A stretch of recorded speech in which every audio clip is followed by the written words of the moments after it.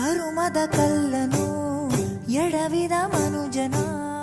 ಮತ್ತೆ ಯಾಕೆ ನಿಮ್ಗೆ ಕಾಂಗ್ರೆಸ್ ಮೇಲೆ ಇಷ್ಟೊಂದು ವ್ಯಾಮೋಹ?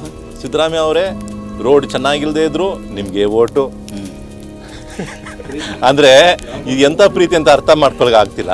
ಅಂದ್ರೆ ಕಾಂಗ್ರೆಸ್ ಏನ್ ಮಾಡಿದೆ, ನಾವು ಏನಕ್ಕೋಸ್ಕರ ಅವ್ರಿಗೆ ಬೆಂಬಲ ಕೊಡ್ಬೇಕಂತ ಒಂದೇ ಒಂದು ನಮ್ಮ ಉದ್ದೇಶ ದೇವನಿಗೆ ಶರಣಾಗುವುದು.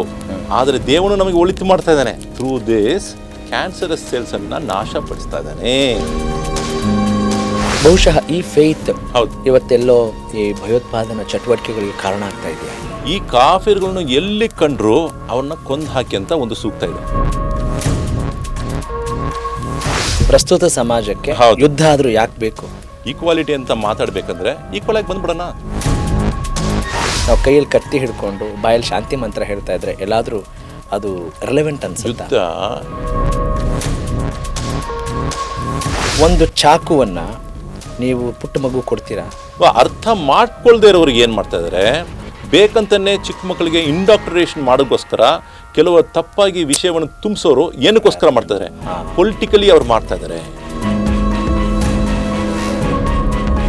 ಹಿಂದೂ ರಾಷ್ಟ್ರ ನಾವು ಸ್ಥಾಪಿಸಬೇಕಂದ್ರೆ ಏನು ಅರ್ಥ ನಮ್ಗೆ ಬರುತ್ತೆ ಅಂದರೆ, ಒಂದು ವೇಳೆ ಮನುಸ್ಮೃತಿ ತೊಗೊಂಡು ಬರ್ತಾರೋ, ಯಜ್ಞವಾಲ್ಕ್ಯ ತೊಗೊಂಡು ಬರ್ತಾರೋ, ಎಲ್ಲ ಬೃಹಸ್ಪತಿಯನ್ನು ತೊಗೊಂಡು ಬರ್ತಾರೋ, ಇದೆಲ್ಲ ಬಂದು ಹಳೇ ಕಾನೂನುಗಳು ಇದೆ. ಇಲ್ಲೊಂದು ಸಮಸ್ಯೆ ಖಂಡಿತ ಇದೆ. ಈಗ ಕೇಂದ್ರ ಸರ್ಕಾರಕ್ಕೆ ಈ ಮೂಲಕ ಬುದ್ಧಿ ಇಲ್ಲ ಅಂತ ಹೇಳಕ್ ಹೋಗ್ತಿದ್ದೀರಾ? ಕೇಂದ್ರ ಸರ್ಕಾರಕ್ಕೆ ನಮ್ಗಿಂತ ಜಾಸ್ತಿ ಬುದ್ಧಿ ಇರೋ ಕಾರಣಕ್ಕೋಸ್ಕರ ಅವರು ಇದ್ರ ಬಗ್ಗೆ ಪಾಪ್ಯುಲೇಷನ್ ಅನ್ನು ಕಂಟ್ರೋಲ್ ಮಾಡೋಕ್ಕೆ ಏನು ಆಸಕ್ತಿ ತಗೊಂಡಿಲ್ಲ. ಯಾರು ತಪ್ಪು ಮಾಡಿದ್ರು ಗೊತ್ತಾ ಈ ವಿಚಾರದಲ್ಲಿ? ಹೇಳಿ. ನನಗೆ ಗೊತ್ತಿಲ್ಲ, ನೀವು ಹೇಳ್ಬೇಕು. ಇಂದಿರಾ ಗಾಂಧಿ, ಸಂಜಯ್ ಗಾಂಧಿ ತಪ್ಪು ಮಾಡಿದ್ರ? ಎಸ್, ಕಂಪಲ್ಸರಿಯಾಗಿ ಹೋಗಿ ಹುಡುಕಿ ಜನರನ್ನ ಕರ್ಕೊಂಡೋಗಿ ಅವ್ರನ್ನ ಇದು ಮಾಡಿದ್ರಲ್ಲ, ಆಪರೇಷನ್ ಮಾಡಿದ್ರಲ್ಲ. ದೇಶಕ್ಕೆ ಒಂದು ಕಾನೂನು ಆದರೆ ಮುಸ್ಲಿಮರಿಗೆ ಶರಿಯಾ ಮಾತ್ರ ಕಾನೂನು. ಕಾಂಗ್ರೆಸ್ ಪಾರ್ಟಿ ಅನ್ಯಾಯ ಮಾಡಿರುವ ಆ ಲಿಸ್ಟು ಕೊಡಬೇಕಂದ್ರೆ ಒಂದಿನ ಸಾಲದು. ಸನ್ಲೈಟ್ ಇಲ್ಲದೆ ಇರುವಾಗ ಆಹಾರ ತಗೊಳ್ಳೋ ಪ್ರಕ್ರಿಯೆಗೆ ನಿಮ್ಮ ಒಪಿನಿಯನ್ ಏನು? ಬೆಳಗ್ಗೆ ಹೊತ್ತು ಊಟ ಮಾಡುವ ಆಹಾರದ ಕೂಡ ಜಾಸ್ತಿ ತಿಂತಾರೆ, ಮತ್ತೆ ರಾತ್ರಿ ಹೊತ್ತು ತಿನ್ನೋದು ಕೂಡ ಜಾಸ್ತಿ ತಿಂತಾರೆ. ಗೊತ್ತಿಲ್ಲ ಶಿವನೇ ಭಕ್ತಿದಾರಿಯು. ಸರ್, ಈಗ ಬಹಳಷ್ಟು ವಿಚಾರಗಳು ನಾವು ಮಾತನಾಡ್ತಾ ಇದ್ದೀವಿ. I am questioning about the questioning. Question ಇಲ್ಲದೆ ಹೇಗೆ ಆನ್ಸರ್ ಸಿಗುತ್ತೆ? ಕರೆಕ್ಟ್, ಶರಣಾಗತಿ ಬೇಕು, ಆದರೆ ಸೂಪರ್ಸ್ಟಿಷಿಯಸ್ಗೂ ಈ ಬ್ಲೈಂಡ್ ಬಿಲೀಫ್ಗೆ ಏನಾದ್ರು ವ್ಯತ್ಯಾಸ ಇರಬೇಕಲ್ಲ? ಖಂಡಿತ. ನಾವು ಯಾವುದನ್ನೂ ಒಂದು ಶರಣಾಗತಿ ಮಾಡ್ಕೊಳ್ತೀನಿ ಅಂತ ಹೇಳಿದ್ರೆ ಹೌದು, ನಮಗೊಂದು ಆಧಾರ ಬೇಕು. ಹೌದು. ಈಗ ಸಕ್ಕರೆ ಸಿಹಿಯಾಗಿದೆ ಅಂತ ನಮ್ಮ ಅಪ್ಪಾಜಿ ಹೇಳ್ತಾರೆ ನನಗೆ. ಸಕ್ಕರೆ ಸಿಹಿಯಾಗಿದೆ, ನಮ್ಮ ಅಪ್ಪಾಜಿ ಹೇಳಿದರೆ ಮುಗಿತಂದು ಬಿಡ್ತೀವೋ, ಅಥವಾ ನಾನು ಆ ಸಕ್ಕರೆನ ಹಾಕೊಂಡ ಮೇಲೆ ಓ ಸಕ್ಕರೆ ಇದೆ ಅಂತ ಹೇಳುವಾಗ ನೆಕ್ಸ್ಟ್ ನನ್ನ ಪೀಳಿಗೆಗೆ ಹೇಳೋಕೆ ಅನುಕೂಲ ಅಲ್ವಾ ಅನ್ನೋದಷ್ಟೇ ನನ್ನ ಖಂಡಿತ ಪ್ರಶ್ನೆ ಆಗಿದೆ. ಖಂಡಿತ. ಇವಾಗ ಇದರಲ್ಲಿ ಏನು ಡಿಫ್ರೆನ್ಸ್ ಕಾಣ್ತೀರಿ? ಏನಂದರೆ, ಉಪವಾಸ ಬಂದು ದೇವನು ಬಂದು ನೀವು ಉಪವಾಸ ಇಡಬೇಕಂತ ಹೇಳುವಾಗ ಅದರಲ್ಲಿ ಸಮಯನ ವಾಚಾನ ಅಂದರೆ ನಾವು ಕೇಳ್ತೀವಿ, ಅದ್ರ ಪ್ರಕಾರ ನಡ್ಕೊಳ್ತೀವಿ ಅಂತ ಪ್ರಶ್ನೆ ಕೇಳೋದಿಲ್ಲ ದೇವನ ಹತ್ರ. ದೇವನ ಯಾಕೆ ಉಪವಾಸ ಅಂತ ನಾವು ಪ್ರಶ್ನೆ ಮಾಡಿಲ್ಲ. ಆದರೆ ದೇವನು ಇದಾನೋ ಇಲ್ಲೋ ಅಂತ ನಾವು ಪ್ರಶ್ನೆ ಮಾಡ್ತೀವಿ. ನಾವು ಏನು ಮಾಡ್ತಿಲ್ಲ ನೋಡಿ, ಇದನ್ನು ಚೆನ್ನಾಗಿ ಅರ್ಥ ಮಾಡ್ಕೊಳ್ಳಿ. ದೇವನ ಇದಾನೋ ಇಲ್ವೋ ಆ ಪ್ರಶ್ನೆ ಮಾಡಬಹುದು. ದೇವನ ಇದಾನ ಇಲ್ವೋ ಅಂತ ಪ್ರಶ್ನೆ ಮಾಡಿಬಿಟ್ಟು ದೇವನು ಇದಾನ ಇಲ್ಲ ಅಂದರೆ ಅದರಲ್ಲಿ ನಾವು ಫೈನಲ್ ನಿರ್ಧಾರ ತೊಗೊಳ್ಬೇಕು. ಒಂದು ದೇವನ ಇದಾನೆ ಇಲ್ಲ ಅಂದರೆ ಇಲ್ಲ, ಮಧ್ಯದಲ್ಲಿ ನಿಲ್ಲಂಗಿಲ್ಲ. ಇರ್ಬೋದು ಇಲ್ಲದೆ ಇರ್ಬೋದು, ಅದು ನಮಗಿಲ್ಲ. ಒಂದು ಇದಾನೆ ಇಲ್ಲ ಅಂದರೆ. ಎರಡನೇದು, ಇದು ಪ್ರವಾದಿ ಸತ್ಯವಾಗಲೂ ಇವರು ಬಂದು ದೇವನ ಪ್ರವಾದಿಯೋ ಇಲ್ವೋ, ಇದು ಪ್ರಶ್ನೆಗೆ ಪ್ರಶ್ನೆ ಮಾಡಬೇಕು. ಉತ್ತರ ಸಿಗೋವರೆಗೂ ನಾವು ಪ್ರಶ್ನೆ ಮಾಡಬೇಕು. ಉತ್ತರ ಸಿಕ್ಕ ಮೇಲೆ ಒಂದು ಅವರು ಪ್ರವಾದಿ ಆಗ್ತಾರೆ, ಇಲ್ಲಾಂದರೆ ಪ್ರವಾದಿ ಇಲ್ಲ ಅಂತ ಆಗ್ತಾರೆ. ಮೂರನೇ ಪ್ರಶ್ನೆ, ಕುರಾನ್ ಬಂದು ದೇವನ ಗ್ರಂಥವೋ ಇಲ್ಲವೋ ಅಂತ ಪ್ರಶ್ನೆ ಮಾಡಬೇಕು. ಒಂದು ಇರುತ್ತೆ, ಇಲ್ಲಾಂದರೆ ಇಲ್ಲ. ನಾವು ಈ ಪ್ರಶ್ನೆ ಮಾಡಿದ ನಂತರ ಇವರೇ ದೇವನು, ಇವರೇ ಪ್ರವಾದಿ, ಇದುವೇ ಕುರಾನೇ ದೇವನ ಸಂದೇಶ ಅಂತ ನಾವು ಅರ್ಥ ಮಾಡಿಕೊಂಡು ಗ್ರಹಿಸಿದ ನಂತರ, ಟೋಟ್ಲಿ ಸಂಪೂರ್ಣವಾಗಿ ನಂಬಿಕೆ ತಂದ ನಂತರ ದೇವನು ಕೊಡುವ ಆಜ್ಞೆಯನ್ನು ಹಾಗೆ ಪೂರೈಸ್ತೀವಿ. ಇದಕ್ಕೆ ಉದಾಹರಣೆ ಕೊಡಬೇಕಂದ್ರೆ, ಒಬ್ಬ ಡಾಕ್ಟರ್ ಹತ್ರ ಹೋಗ್ತೀವಿ. ಡಾಕ್ಟರೋ ಇಲ್ವೋ ಅಂತ ಪ್ರಶ್ನೆ ಮಾಡಬೇಕು. ಅವನು ಗೈನಕಾಲಜಿಸ್ಟೋ ಇಲ್ಲೋ ಅಂತ ಪ್ರಶ್ನೆ ಮಾಡಬೇಕು. ಗೈನಕಾಲಜಿಸ್ಟ್ ಆದಮೇಲೆ ಅವರು ಒಂದು ಟ್ಯಾಬ್ಲೆಟ್ ತೊಗೊಳ್ಳಿ, ಇದು ಫಾಲಿಕ್ ಆ್ಯಸಿಡ್ ಅಂತ ಹೇಳುವಾಗ ಪ್ರೆಗ್ನೆಂಟ್ಗೆ ಕೊಡುವ ಫಾಲಿಕ್ ಆ್ಯಸಿಡ್ ಅಂದ್ರೆ, ಇಲ್ಲ ನಾನು ಫಾಲಿಕ್ ಆ್ಯಸಿಡ್ ಅಂತ ನಾನು ಇದ್ರೋಗೆ ನಾನು ಓದಿಲ್ಲ, ನಾನು ಫುಲ್ಲಾಗಿ ನಾನು ಅದ್ರ ಬಗ್ಗೆ ಓದ್ಬಿಟ್ಟು ನಾನು ಮಾಡ್ತೀನಿ. ಹಾಗೆ ಡಾಕ್ಟ್ರ್ ಹತ್ರ ಪ್ರಶ್ನೆ ಮಾಡೋದು ಎಷ್ಟು ಮಟ್ಟಿಗೆ ಸರಿ?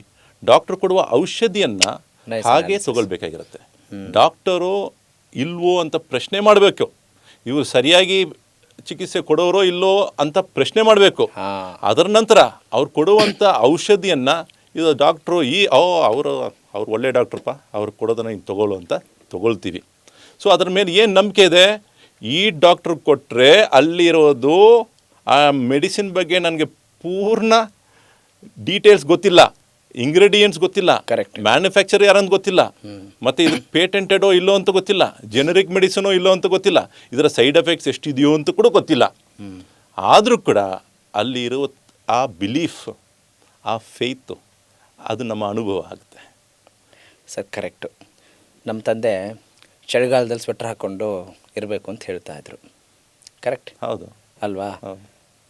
ಚಳಿಗಾಲದಲ್ಲಿ ಮಾತ್ರ ಹಾಕೋಬೇಕು ಹ್ಞೂ ಅಲ್ವಾ? ಹೌದು. ನಮ್ಮ ತಂದೆ ಸ್ವೆಟ್ರ್ ಹಾಕ್ತಾಯಿದ್ರು, ನಾನು ಸ್ವೆಟ್ರ್ ಹಾಕಬೇಕು ಅಂತ.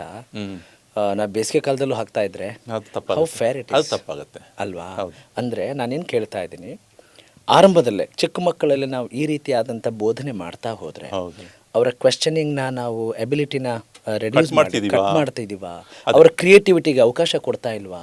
ಆ ಯುನಿಕ್ನೆಸ್ನ ನಾವು ಏನು ಎಂಡೋರ್ಸ್ ಮಾಡ್ತಿಲ್ವಾ? ಕರೆಕ್ಟು. ಇವಾಗ ಏನಂದರೆ ನಾವು ಏನು ಮಾಡ್ತಿದ್ದೀವಿ, ಈ ಒಂದು ವಿಷಯವನ್ನು ಚರ್ಚೆ ಮಾಡಿ, ಆದರೆ ದೇವನ ಆಜ್ಞೆಯನ್ನು ನೀವು ಚರ್ಚೆ ಮಾಡಿಬಿಡಿ.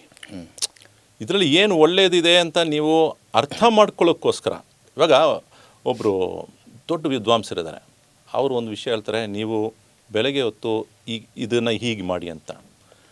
ಸರಿ, ಅವ್ರ ಹತ್ರ ನಾವು ಪ್ರಶ್ನೆ ಮಾಡುವಾಗ, ನೀವು ಹೇಳಿದ್ದನ್ನು ನಾನು ಮಾಡ್ತೀನಿ, ಬಟ್ ಅದಕ್ಕೆ ಮುಂಚೆ ಅದನ್ನು ಏನಕ್ಕೋಸ್ಕರ ಹೀಗೆ ಹೇಳ್ತೀರೋ ಅದನ್ನು ನನಗೆ ಸ್ವಲ್ಪ ವಿವರಿಸಿ ಹೇಳಿದ್ರೆ ಅದ್ರ ಪೂರ್ಣವಾಗಿ ನಾನು ಅದ್ರ ಬಗ್ಗೆ ವಿಶ್ವಾಸ ತೊಗೊಂಡು ಬರೋಕ್ಕೆ ಸಾಧ್ಯ ಆಗುತ್ತೆ. ದೊಡ್ಡವ್ರ ಹತ್ರ ನಾವು ಹಂಗೆ ತಾನೇ ಪ್ರಶ್ನೆ ಮಾಡ್ತೀವಿ, ಎಲ್ಲ ನನಗೆ ಗೊತ್ತಿದೆ, ಎಲ್ಲ ನಿಮ್ಗಿಂತ ಜಾಸ್ತಿ ಗೊತ್ತಾಗಿದೆ ಅಂತ ಆ ರೂಡ್ನೆಸ್ ತೋರಿಸ್ಕೊಳ್ಳಲ್ಲ. ಓಕೆ. ಅದೇ ರೀತಿ ದೇವನ ಹತ್ರ ಅವನು ಒಂದು ವಿಷಯವನ್ನು ಹೇಳುವಾಗ ಏನಕ್ಕೋಸ್ಕರ ಅಂತ ಅವನೇ ಹೇಳಿದ್ದಾನೆ. ನೀವು ಉಪವಾಸವನ್ನು ನೀವು ಫಾಲೋ ಮಾಡೋ ಮೂಲಕ ನಿಮ್ಮ ದೇವನ ಮೇಲೆ ಇರುವ ವಿಶ್ವಾಸವನ್ನು ಅಧಿಕ ಮಾಡ್ಕೊಳ್ತೀರಾ. ಫೈನ್ ಸರ್, ಅದು ಕಾರಣವಾಗಿದೆ. ಕಂಟಿನ್ಯೂ ಮಾಡ್ತೀನಿ. ಇವಾಗ ನಾನು ಸೈಂಟಿಫಿಕ್ ಆಗಿ ಯೋಚನೆ ಮಾಡ್ತೀನಿ. ಇವಾಗ ನಾನು ಸೈಂಟಿಫಿಕ್ ದೇವನ ಹೇಳಿದ ಆಜ್ಞೆಯನ್ನು ಪೂರೈಸಿಕೊಂಡು ಏನಕ್ಕೋಸ್ಕರ ಯೋಚನೆ ಮಾಡ್ತೀರಾ? ಸೈಂಟಿಫಿಕ್ ಯೋಚನೆ ಮಾಡೋ ಪ್ರಮೇಯನೇ ಇಲ್ಲ. ಹೇಳಿದನಲ್ಲ, ಮಾಡುತ್ತೀವಿ, ಮುಗೀತು. ಅಲ್ಲ, ನಾನು ಕೇಳೋದು ಸೈಂಟಿಫಿಕ್ ಆಗಿ ಪ್ರಶ್ನೆ ಮಾಡೋ ಪ್ರಮೇಯ ನಿಮ್ಗೆ ಯಾಕೆ ಇಲ್ಲ? ಬೇಕಾಗಿದೆಯೋ? ಅಲ್ಲ, ನಾನು ಕೇಳ್ತಾ ಇದ್ದೀನಿ, ಅದ್ರ ಅವಶ್ಯಕತೆನೇ ಇಲ್ಲ. ನೀವು ಯಾಕಂದ್ರೆ ಹೇಳಿದ್ರೆ ಎಲ್ಲ ಹೇಳಿದೆ, ಕುರಾನ್ ಏನು ಹೇಳುತ್ತೆ ಅದನ್ನು ಫಾಲೋ ಮಾಡ್ತೀನಿ ಅಂದಾಗ ವೈಜ್ಞಾನಿಕತೆ ಯಾಕೆ ತರ್ತೀರಾ ಅಂತ ಕೇಳ್ಬೇಕು ನೀವು. ಕರೆಕ್ಟ್. ಇವಾಗ ನೀವೇ ಕೇಳ್ತಾ ಇದ್ದೀರಾ, ಅದು ಕರೆಕ್ಟೇ ಅಲ್ವಾ? ಇವಾಗ ನೀವು ಕೇಳೋದು ಸರಿನೇ. ನನಗೆ ಬೇಕು, ಉತ್ತರ ಬೇಕು. ಹಾಗಾಗಿ ನಾನು ಕೇಳ್ತೀನಿ, ನಿಮ್ಮ ನಂಬಿಕೆ ಆಧಾರದ ಮೇಲೆ ಇಲ್ವಲ್ಲ? ಇವಾಗ ಏನಂದ್ರೆ ನಿಮ್ಮ ನಂಬಿಕೆ ಆಧಾರದ ಮೇಲೆ ಇಲ್ಲ. ಇಲ್ಲ, ನನಗೆ ಸೈಂಟಿಫಿಕ್. ನನ್ನ ಪ್ರಶ್ನೆ ಏನು ಅಂತ ಹೇಳಿದ್ರೆ, ಬ್ಯಾಂಕಲ್ಲಿ ದುಡ್ಡಿದೆ ತುಂಬ, ಅದು ಯಾವಾಗಲೂ ಸಿಗುತ್ತಲ್ಲ, ನನಗೀಗ ಒದ್ದಾಡ್ತಿದ್ದೀನಿ, ಈಗ ಸಿಕ್ಕರೆ ಒಳ್ಳೆಯದು, ನನಗೆಲ್ಲೋ ಹೇಳಿದ್ದಾರೆ ಇದೆ, ಇನ್ಯಾವುದೋ ಕಾಲಕ್ಕೆ ಬರುತ್ತೆ ಅಂತ ಅಂತ ಯೋಚನೆ ಮಾಡ್ತಾ ಕೂತ್ಕೊಳ್ಳೋದು ನನ್ನ ಸ್ವಭಾವ ಅಲ್ಲ. ಹಾಗಾಗಿ ಹೇಳಿದೆ. ಆದರೆ ನೀವು ನಿಮ್ಮ ಸಿದ್ಧಾಂತದ ಪ್ರಕಾರ, ನಿಮ್ಮ ನಂಬಿಕೆ ಪ್ರಕಾರ ವಿಜ್ಞಾನ ಅನ್ನೋ ಪ್ರಶ್ನೆ ತರ್ಕೂಡ್ದು ಅಂತ ಹೇಳ್ಬೋದಾ ನಾನು? ಇಲ್ಲ, ವಿಜ್ಞಾನ ಅಲ್ಲ, ಹೇಳಾಗಿದೆ. ಇಲ್ಲ, ವಿಜ್ಞಾನವನ್ನು ನೀವು ಲೈಫ್ನಲ್ಲಿ ಅಳವಡಿಸ್ಕೊಳ್ಬಾರ್ದಂತ ಹೇಳಿಲ್ಲ, ಅಳವಡಿಸ್ಕೊಳ್ಳಿ. ಬಟ್ ಏನಂದರೆ ದೇವನ ಆಜ್ಞೆ ಬರುವಾಗ ಅಲ್ಲಿ ವಿಜ್ಞಾನ ಮೂಲಕ ನೀವು ಚಿಂತಿಸಿ ನೀವು ಒಂದು ಉತ್ತರ ಸಿಕ್ಕಿದರೆ ಮಾತ್ರ ನಾನು ದೇವನ ಆಜ್ಞೆಯನ್ನು ಪೂರೈಸ್ತೀನಿ ಅಂತ ಹೇಳುವ ಆ ಮನೋಭಾವ ಇದೆಯಲ್ಲ, ಅದು ಶರಣಾಗತಿ ಅಂದರೆ ದೇವನಿಗೆ ನಾವು ಶರಣಾಗುವ ಆ ಒಂದು ಅಂಶದಿಂದ ದೂರ ಇದೆ. ಲಕ್ಷಣ ಅಲ್ಲ, ಅದು ಲಕ್ಷಣ ಇಲ್ಲ. ದೇವನು ಒಂದು ವಿಷಯವನ್ನು ಮಾಡು ಅಂತ ಹೇಳುವಾಗ ನಾನು ನೂಬರ ಹತ್ರ ಹೋಗಿ ಕೇಳ್ಕೊಳ್ತೀನಿ, ಅದ್ರ ಪ್ರಕಾರ ಅದು ಸರಿಯಾಗಿ ಬಂದರೆ ಆಮೇಲೆ ನಿನ್ನ ಮಾತನ್ನು ಕೇಳ್ತೀನಿ ಹೇಳುವ ಆ ಒಂದು ಮನಸ್ಥಿತಿ ಅಲ್ಲ, ಅದು ದೇವನಿಗೆ ಶರಣ ಆಗಿಲ್ಲ ಅಂತ ಒಂದು ಅರ್ಥ ಕೊಡುತ್ತೆ. ಬಟ್ ದೇವನು ಎಲ್ಲವನ್ನೂ ಅರಿತವನು. ಸರಿ, ಈಗ ಮುಗಿಸ್ಕೊಳ್ತೀನಿ. ದೇವನು ಎಲ್ಲವನ್ನೂ ಅರಿತವನು. ಅವನು ಒಳಿತನ್ನು ಮನುಷ್ಯನಿಗೋಸ್ಕರ ಮಾಡುವನು, ಒಳಿತೇ ಅವನು ದೇವನಿಗೆ ಮನುಷ್ಯನಿಗೆ ಮಾಡುವನು ಅಂತಾರೆ. ಈ ಒಂದು ಉಪವಾಸ ಮೂಲಕ ಏನು ಒಲಿತಿದೆ ಅಂತ ಅವಾಗ ಪ್ರಶ್ನೆ ಮಾಡುವಾಗ ಇವಾಗ ಸೈಂಟಿಫಿಕ್ ಆನ್ಸರ್ ಕೊಡ್ತೀನಿ. ನಾನು ಕೊಡುವ ಸೈಂಟಿಫಿಕ್ ಆನ್ಸರ್ ಹೇಳಿ. ಉಪವಾಸ ಮಾಡ್ತಿದ್ದೀವಲ್ಲ, ಈ ಲಾಂಗ್ ಡ್ಯೂರೇಷನ್ ಟೈಮ್. ನನ್ನ ಪ್ರಶ್ನೆ ಏನು ಅಂದರೆ ಸರ್, ನಾನು ಡೆಸ್ಟಿನೇಷನ್ ರೀಚ್ ಆದಮೇಲೆ ಯಾಕೆ ಬಂದು ಯಾಕೆ ನೋಡ್ತೀರಾ? ಬೇಕಿಲ್ಲ, ಆದರೂ ಕೂಡ ಇವಾಗ ಕೊಡ್ತಾ ಇದೀನಿ ನೋಡಿ. ಇವಾಗ ನಾನು ಕೊಡೋದು ಕೇಳಿ. ಉಪವಾಸ ಮಾಡೋದ್ರ ಮೂಲಕ ದೇ ಸಮಥಿಂಗ್ ಕಾಲ್ ಆಟೋಫೇಜಿ. ಆಟೋಫೇಜಿ ಅಂದರೆ ಇವಾಗ ನಾವು ಆಹಾರ ಕೊಡ್ತಿರುವಾಗ ಇಲ್ಲಿ ಡೈಜೆಷನ್ ಆಗ್ತಾ ಇರುತ್ತೆ.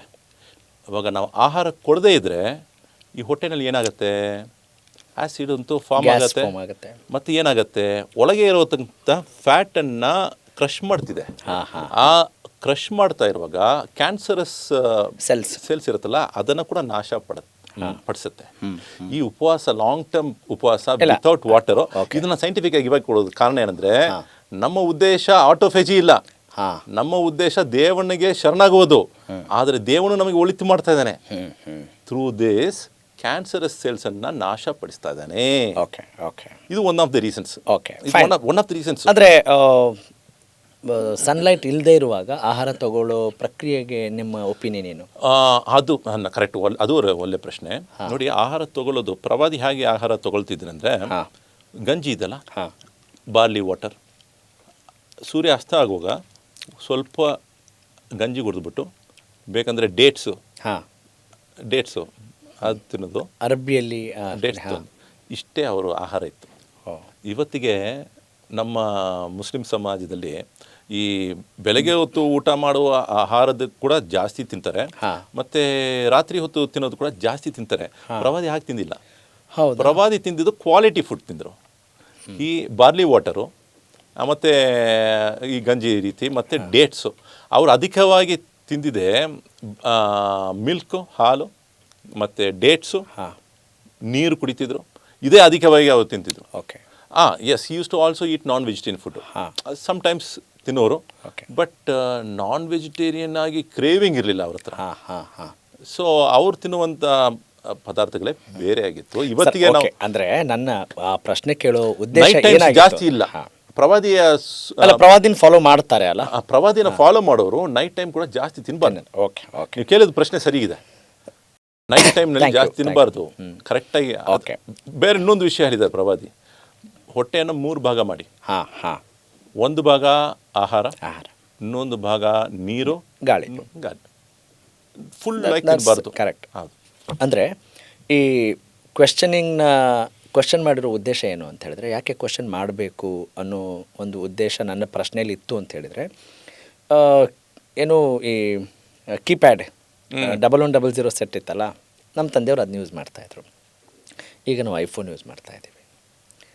ಇಲ್ಲ ಅಪ್ಪ ಅದನ್ನೇ ಹೇಳಿದ್ದಾರೆ, ಅದನ್ನೇ ಯೂಸ್ ಮಾಡಬೇಕು ಅಂತ ಹೇಳಿದರೆ, ಎಷ್ಟೋ ನಮಗೆ ಪಾಸಿಬಿಲಿಟೀಸ್ ಇರುವಾಗ ಸೌಲಭ್ಯಗಳಿಂದ ವಂಚಿತರಾಗಿ ಏನೋ ಒಂದಿಷ್ಟು ನಮ್ಮ ಜೀವನ ಚೆನ್ನಾಗಿ ಮಾಡ್ಕೊಳ್ಳೋಕ್ಕೆ ಆ ಸೌಲಭ್ಯಗಳಿಂದ ವಂಚಿತರಾಗ್ತೀವಿ ಅನ್ನೋ ಒಂದು ಕನಸಿನಿಂದ ಕೇಳಿದೆ. ಇವಾಗ ಅದೇ ರೀತಿ ಇನ್ನೊಂದು ಪ್ರಶ್ನೆ, ನೀವು ಕೊಟ್ಟಿರೋ ಉದಾಹರಣೆ ಅಂದರೆ, ಅವಾಗಿದ್ದ ಮೊಬೈಲ್ ಫೋನು ಇವತ್ತಿರೋ ಮೊಬೈಲ್ ಫೋನ್ ಬೇರೆ. ಬಟ್ ಅವತ್ತು ಊಟ ಮಾಡೋಕ್ಕೆ ಬೇಕಾಗಿದ್ದು ಅನ್ನನೇ, ಇವತ್ತು ಅನ್ನನೇ. ಕರೆಕ್ಟ್. ಅಲ್ಲಿ ಏನು ಬದಲಾವಣೆ ಇಲ್ಲ. ನಾನು ಈ ಪ್ರಶ್ನೆನ ಯಾಕೆ ಕೇಳಿದೆ ಅಂದರೆ, ನಂಬಿಕೆ ಆಧಾರ ಫಸ್ಟು ಏನು ಹೇಳ್ತಾರೆ ಮಾಡಿಬಿಡಬೇಕು, ಆ ನಂಬಿಕೆಗೆ ಈ ಪ್ರಶ್ನೆ ಬಂತು ನಂದು. ಅದೇ ಇಲ್ಲಿ ಏನಂದರೆ, ಇದೇ ನಮಗೆ ಟೆಸ್ಟ್ ಆಫ್ ಫೇತ್. ಇದು ಇನ್ನೂ ಬೇರೆ ಲೆವೆಲ್ ಹೋಗುತ್ತೆ. ನೀವು ಬಹುಶಃ ಈ ಫೇತ್ ಇವತ್ತೆಲ್ಲೋ ಈ ಭಯೋತ್ಪಾದನಾ ಚಟುವಟಿಕೆಗಳಿಗೆ ಕಾರಣ ಆಗ್ತಾ ಇದೆಯಾ? ಮಿಸ್ಯೂಸ್ ಮಾಡ್ಬೋದು. ಯಾಕಂದ್ರೆ ಅತಿ ದೊಡ್ಡ ಪಿಡುಗ ಆಗಿದೆ. ಅದೇ ಪ್ರಪಂಚದಲ್ಲಿ ಮಿಸ್ಯೂಸ್ ಆಗ್ಬೋದು. ಮಿಸ್ಯೂಸ್ ಆಗಿದೆ. ದೇವನು ಹೇಳದೇ ಇರೋದನ್ನ ದೇವನು ಮಾಡಕ್ಕೆ ಹೇಳ್ತಾ ಇದ್ದಾನೆ ಅಂತ ಅದು ಮಾಡಕ್ಕೆ ಮುಂದೆ ಬಂದ್ರೆ ಅವನು ತಪ್ಪು ಮಾಡಕ್ಕೆ ಸಾಧ್ಯತೆ ಇದೆ. ಆದರೆ ಒಂದು ನಾವು ಕ್ಲಾರಿಫೈ ಕೊಟ್ಬಿಡೋಣ. ಹೌದು. ಕಾಫಿರರನ್ನು, ಭಗವಂತನಲ್ಲಿ ನಂಬಿಕೆ ಇಲ್ಲದೇ ಇರುವವರನ್ನು, ನಾಸ್ತಿಕರನ್ನು ಕೊಲ್ಲಿ ಅಂತ ಕುರಾನ್ನಲ್ಲಿ ಹೇಳಲಾಗಿದೆಯಾ ಇಲ್ವಾ?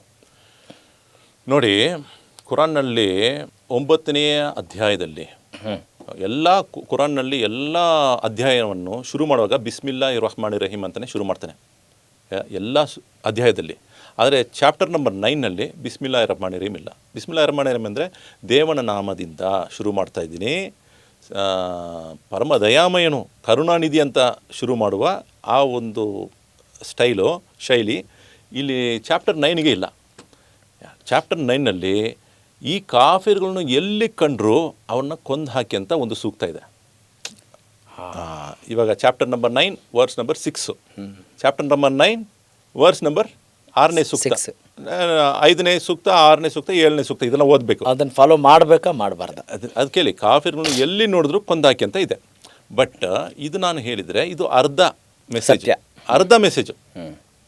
ಅದಕ್ಕೆ ಮುಂಚಿತವಾಗಿ ಫಸ್ಟ್ ಸೂಕ್ತದಿಂದ ಓದ್ಕೊಂಡು ಬಂದರೆ ನೋಡಿ, ನೀವು ಒಡಂಬಡಿಕೆ ಇಟ್ಕೊಂಡಿರೋರು, ಅವರು ಒಡಂಬಡಿಕೆಯನ್ನು ಮೀರಿ ಮುಸ್ಲಿಂ ಸಮಾಜದಲ್ಲಿ ಅವರು ಧ್ವಂಸ ಮಾಡಿ ಎಷ್ಟೋ ಜನರನ್ನು ಕೊಂದು ಹಾಕಿದ್ದಾರೆ.